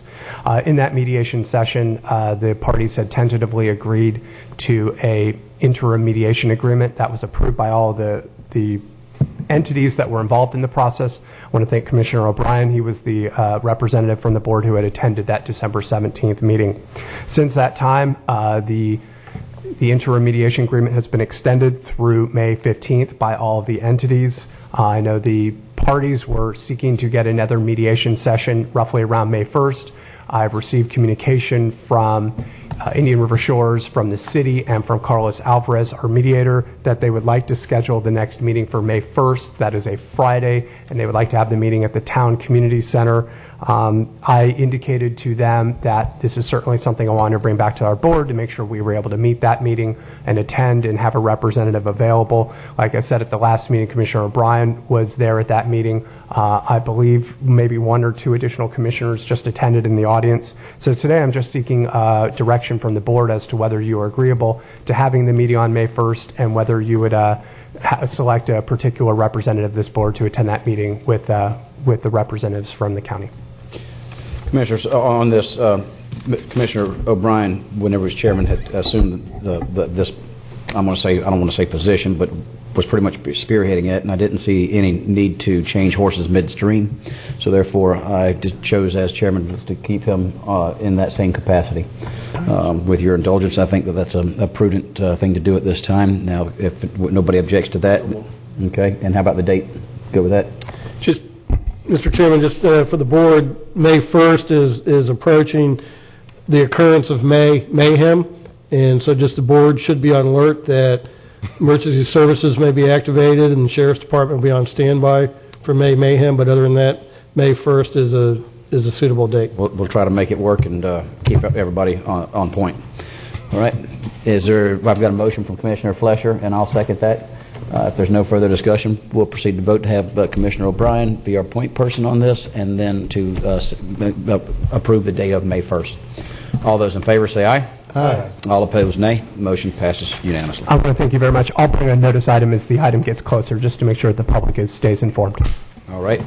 Under Commissioner matters, we've already taken care of the one that I brought forth, and now we move to sea turtle protection. Commissioner O'Brien. Thank you, Mr. Chairman.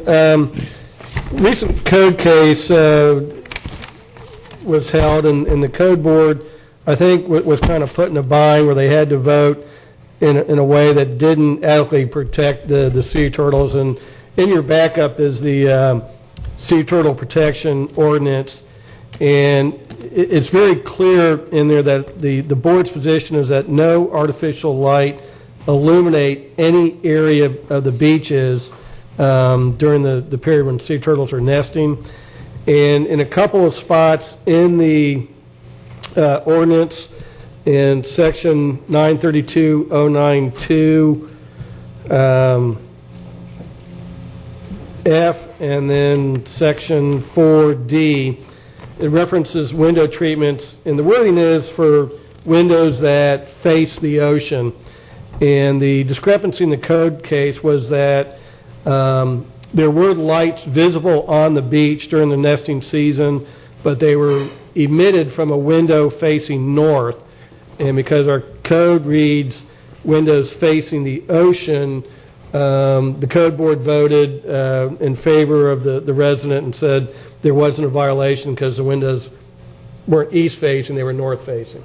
So what I'd like to ask the board to do is just have staff go back and clarify two things in the ordinance. One is to come up with wording to reflect the fact that regardless of which way the windows face, that they should not be casting light down on the beach. And then the second thing would be to also tighten up, because apparently there's some discussion of what the definition of beach was, whether that included the dune or not. And just in the sake of further clarification, to change the wording to light shall not illuminate the beach or dunes, as some turtles will crawl up right at the base of the dune line to lay their eggs. So with that, I just ask the board to direct staff to make those two clarifications in the ordinance and bring it back to the board for final action. Second. Just real quick on that, I'd like to, Stan, if I could, how did this start? Did we have code enforcement out there at night? Right. Just a little bit of background. The Florida Administrative Code guideline is to use the language line of sight rather than facing the ocean, and that's essentially what staff's practice had been, is to, regardless of how a window was facing, if it was visible, if it was emitting light, line of sight to the beach. But the code does say facing, and when it came before the Code Enforcement Board and they had to rule on that language itself, they took kind of a strict reading of it, which is their purview certainly, and said if it's not facing, then we don't enforce it. So I think it is appropriate to probably change the code to go with line of sight. It's been our practice to use that, but again, the code does say facing, so I think it is appropriate to update the code. Okay. All right. Got a motion. I forget from who. Commissioner O'Brien? It was Commissioner O'Brien, second for Slattery. Commissioner Solari, to revisit the code. If I can make a clarification question to the chair. Sure. When you say have code the staff make the change, would you like staff to draft up an ordinance, set public hearings, and bring it through the public hearing process, or would you like them to bring back an ordinance for your review before they do that? I just want to make sure I'm clear. Mr. Chairman, based on the two changes, I think they were well articulated by Commissioner O'Brien. I don't think we need to come back for review first. I think that it's pretty clear. Thank you very much for the clarification. Is there any further discussion? Anybody from the public? Seeing none, all those in favor say aye. Aye. All opposed, nay. Motion passes unanimously. Thank you, Mr. Chairman. Thank you. Board. Next, we have the Special Districts and Board, which is the approval to replace 7 cardiac monitors for Fire Rescue Division from Medtronic Emergency Response Systems. Second. Got a motion for the memorandum dated March 25th, 2015, found on pages 207 to 213 in your backup, and that motion was from Commissioner Flesher with a second from Commissioner Solari. Is there any further discussion? Seeing none, all those in favor say aye. Aye. All those opposed, nay. That motion passes unanimously. We've already taken care of number 2, and now that moves us to the Solid Waste Disposal District with the minutes. Let's go ahead and take all those. Mr. Chairman, move approval of regular meeting minutes of March 3, 10, and 17, and special call meeting of March 18, of 2015. Got a motion from Commissioner O'Brien to approve the minutes for March 3rd, March 10th, March 17th, and the special call meeting on March 18th, 2015, with a second from Commissioner Flesher. Is there any further discussion? Seeing none, all those in favor say aye. Aye. All opposed, nay. Motion passes unanimously. Next, we have item number 5, request for recycling education and marketing coordinator and related funding. Mr. Chairman, move approval. Second. Got a motion to approve from Commissioner Flesher with a second from Commissioner Solari. Is there any discussion? Vinny, you need to add anything to that? No, sir. Unless there's any questions. It's too late. I'm sorry. 75%. Go ahead, Commissioner. At the presentation by, I think, all the haulers all said that they had a education communication person. Will we be working kind of in tandem with them on this effort? Absolutely. We're going to work hand in hand with our existing haulers right now until we get to the end of the existing franchise agreements, which expire September 30th. And we'll also be working with the new hauler starting October 1st. They do have an education outreach program that is going to dovetail what the county is going to do. But what we're specifically going to have is somebody that will outreach to not only the schools, also the multifamily, and also the commercial businesses to be able to create a branding, a synergistic effect to work together with the existing haulers. Absolutely, this is going to be a program that's going to be working with the existing haulers and the new haulers starting October 1st. And somewhat question on the same topic. I'm getting people asking, they're excited about the new program and the toter bin for the recyclables.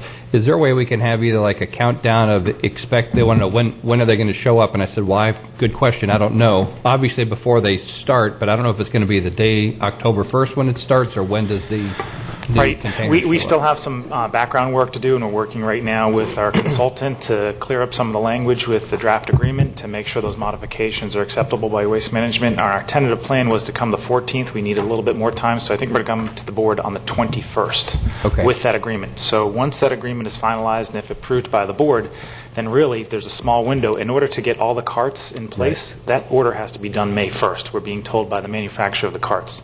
So once we have that, we have 30 days from when the board authorizes Waste Management to move forward to create a transition plan. We're going to sit down and we're going to outline timelines, dates, deliverables, and all of the things that you had talked about for the outreach program. So within that 30 days, SWID staff is going to be sitting down with Waste Management to go over all of those things, and we'll provide those updates to the board as to when those carts will be expected to come out, when the notifications will go to residents, and when we will have outreach programs to let the folks know when the changes are coming. Yep. Good. Thank you. Mr. Johnson, welcome. Is this a request for a new person? Is this a replacement for a vacancy that's already somebody's left and you're replacing it? No, it's an additional position to help us meet our recycling goal. Sorry. This will be coming out of solid waste, though. This will not be coming out of the general fund, correct? That's correct. Bob, this is... So this is not... how's this being funded again? It's being through funded... Solid Waste Disposal District. Solid Waste Disposal District. It's the enterprise fund of Solid Waste Disposal District. So our tax is going to go up, or how's that going to impact our... I mean, you've laid off people. This is a non-ad valorem assessment so it's not an ad valorem assessment on your bill.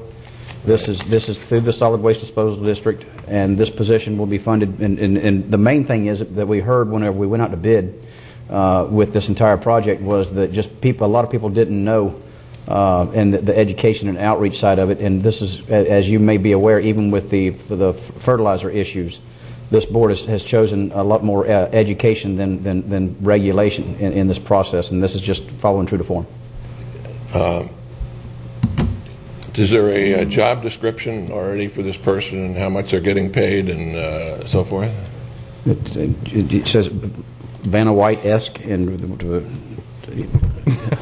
We do have an older job description in the backup. You'll see that there was a position before in 1989 to 2000, and again from 2000 to 2007. We're going to take that job description, we're going to add some language in there that brings that up to date, and then we're going to get county administrators' approval before we can post that. So we're in the process of getting those changes updated. We'll bring it to the county administrator for his approval. And Bob, we wouldn't start, with putting that much work into the job description in the event that there wasn't 3 votes to even move forward with that. So. Well, I read the paper the other day that Jason says all this activity that's going on, our taxes may increase. Is that a valid statement that our taxes are potentially going to go up? I think that was Joe that said that. Actually, what we're concerned about, we've authorized a lot of things, and the economy's turning around. And what has happened, we didn't do a lot of renewal and replacement, and we deferred maintenance, and now we're going to have to make up. So there's potential our taxes could go up. There's a potential. It depends how much the tax roll goes up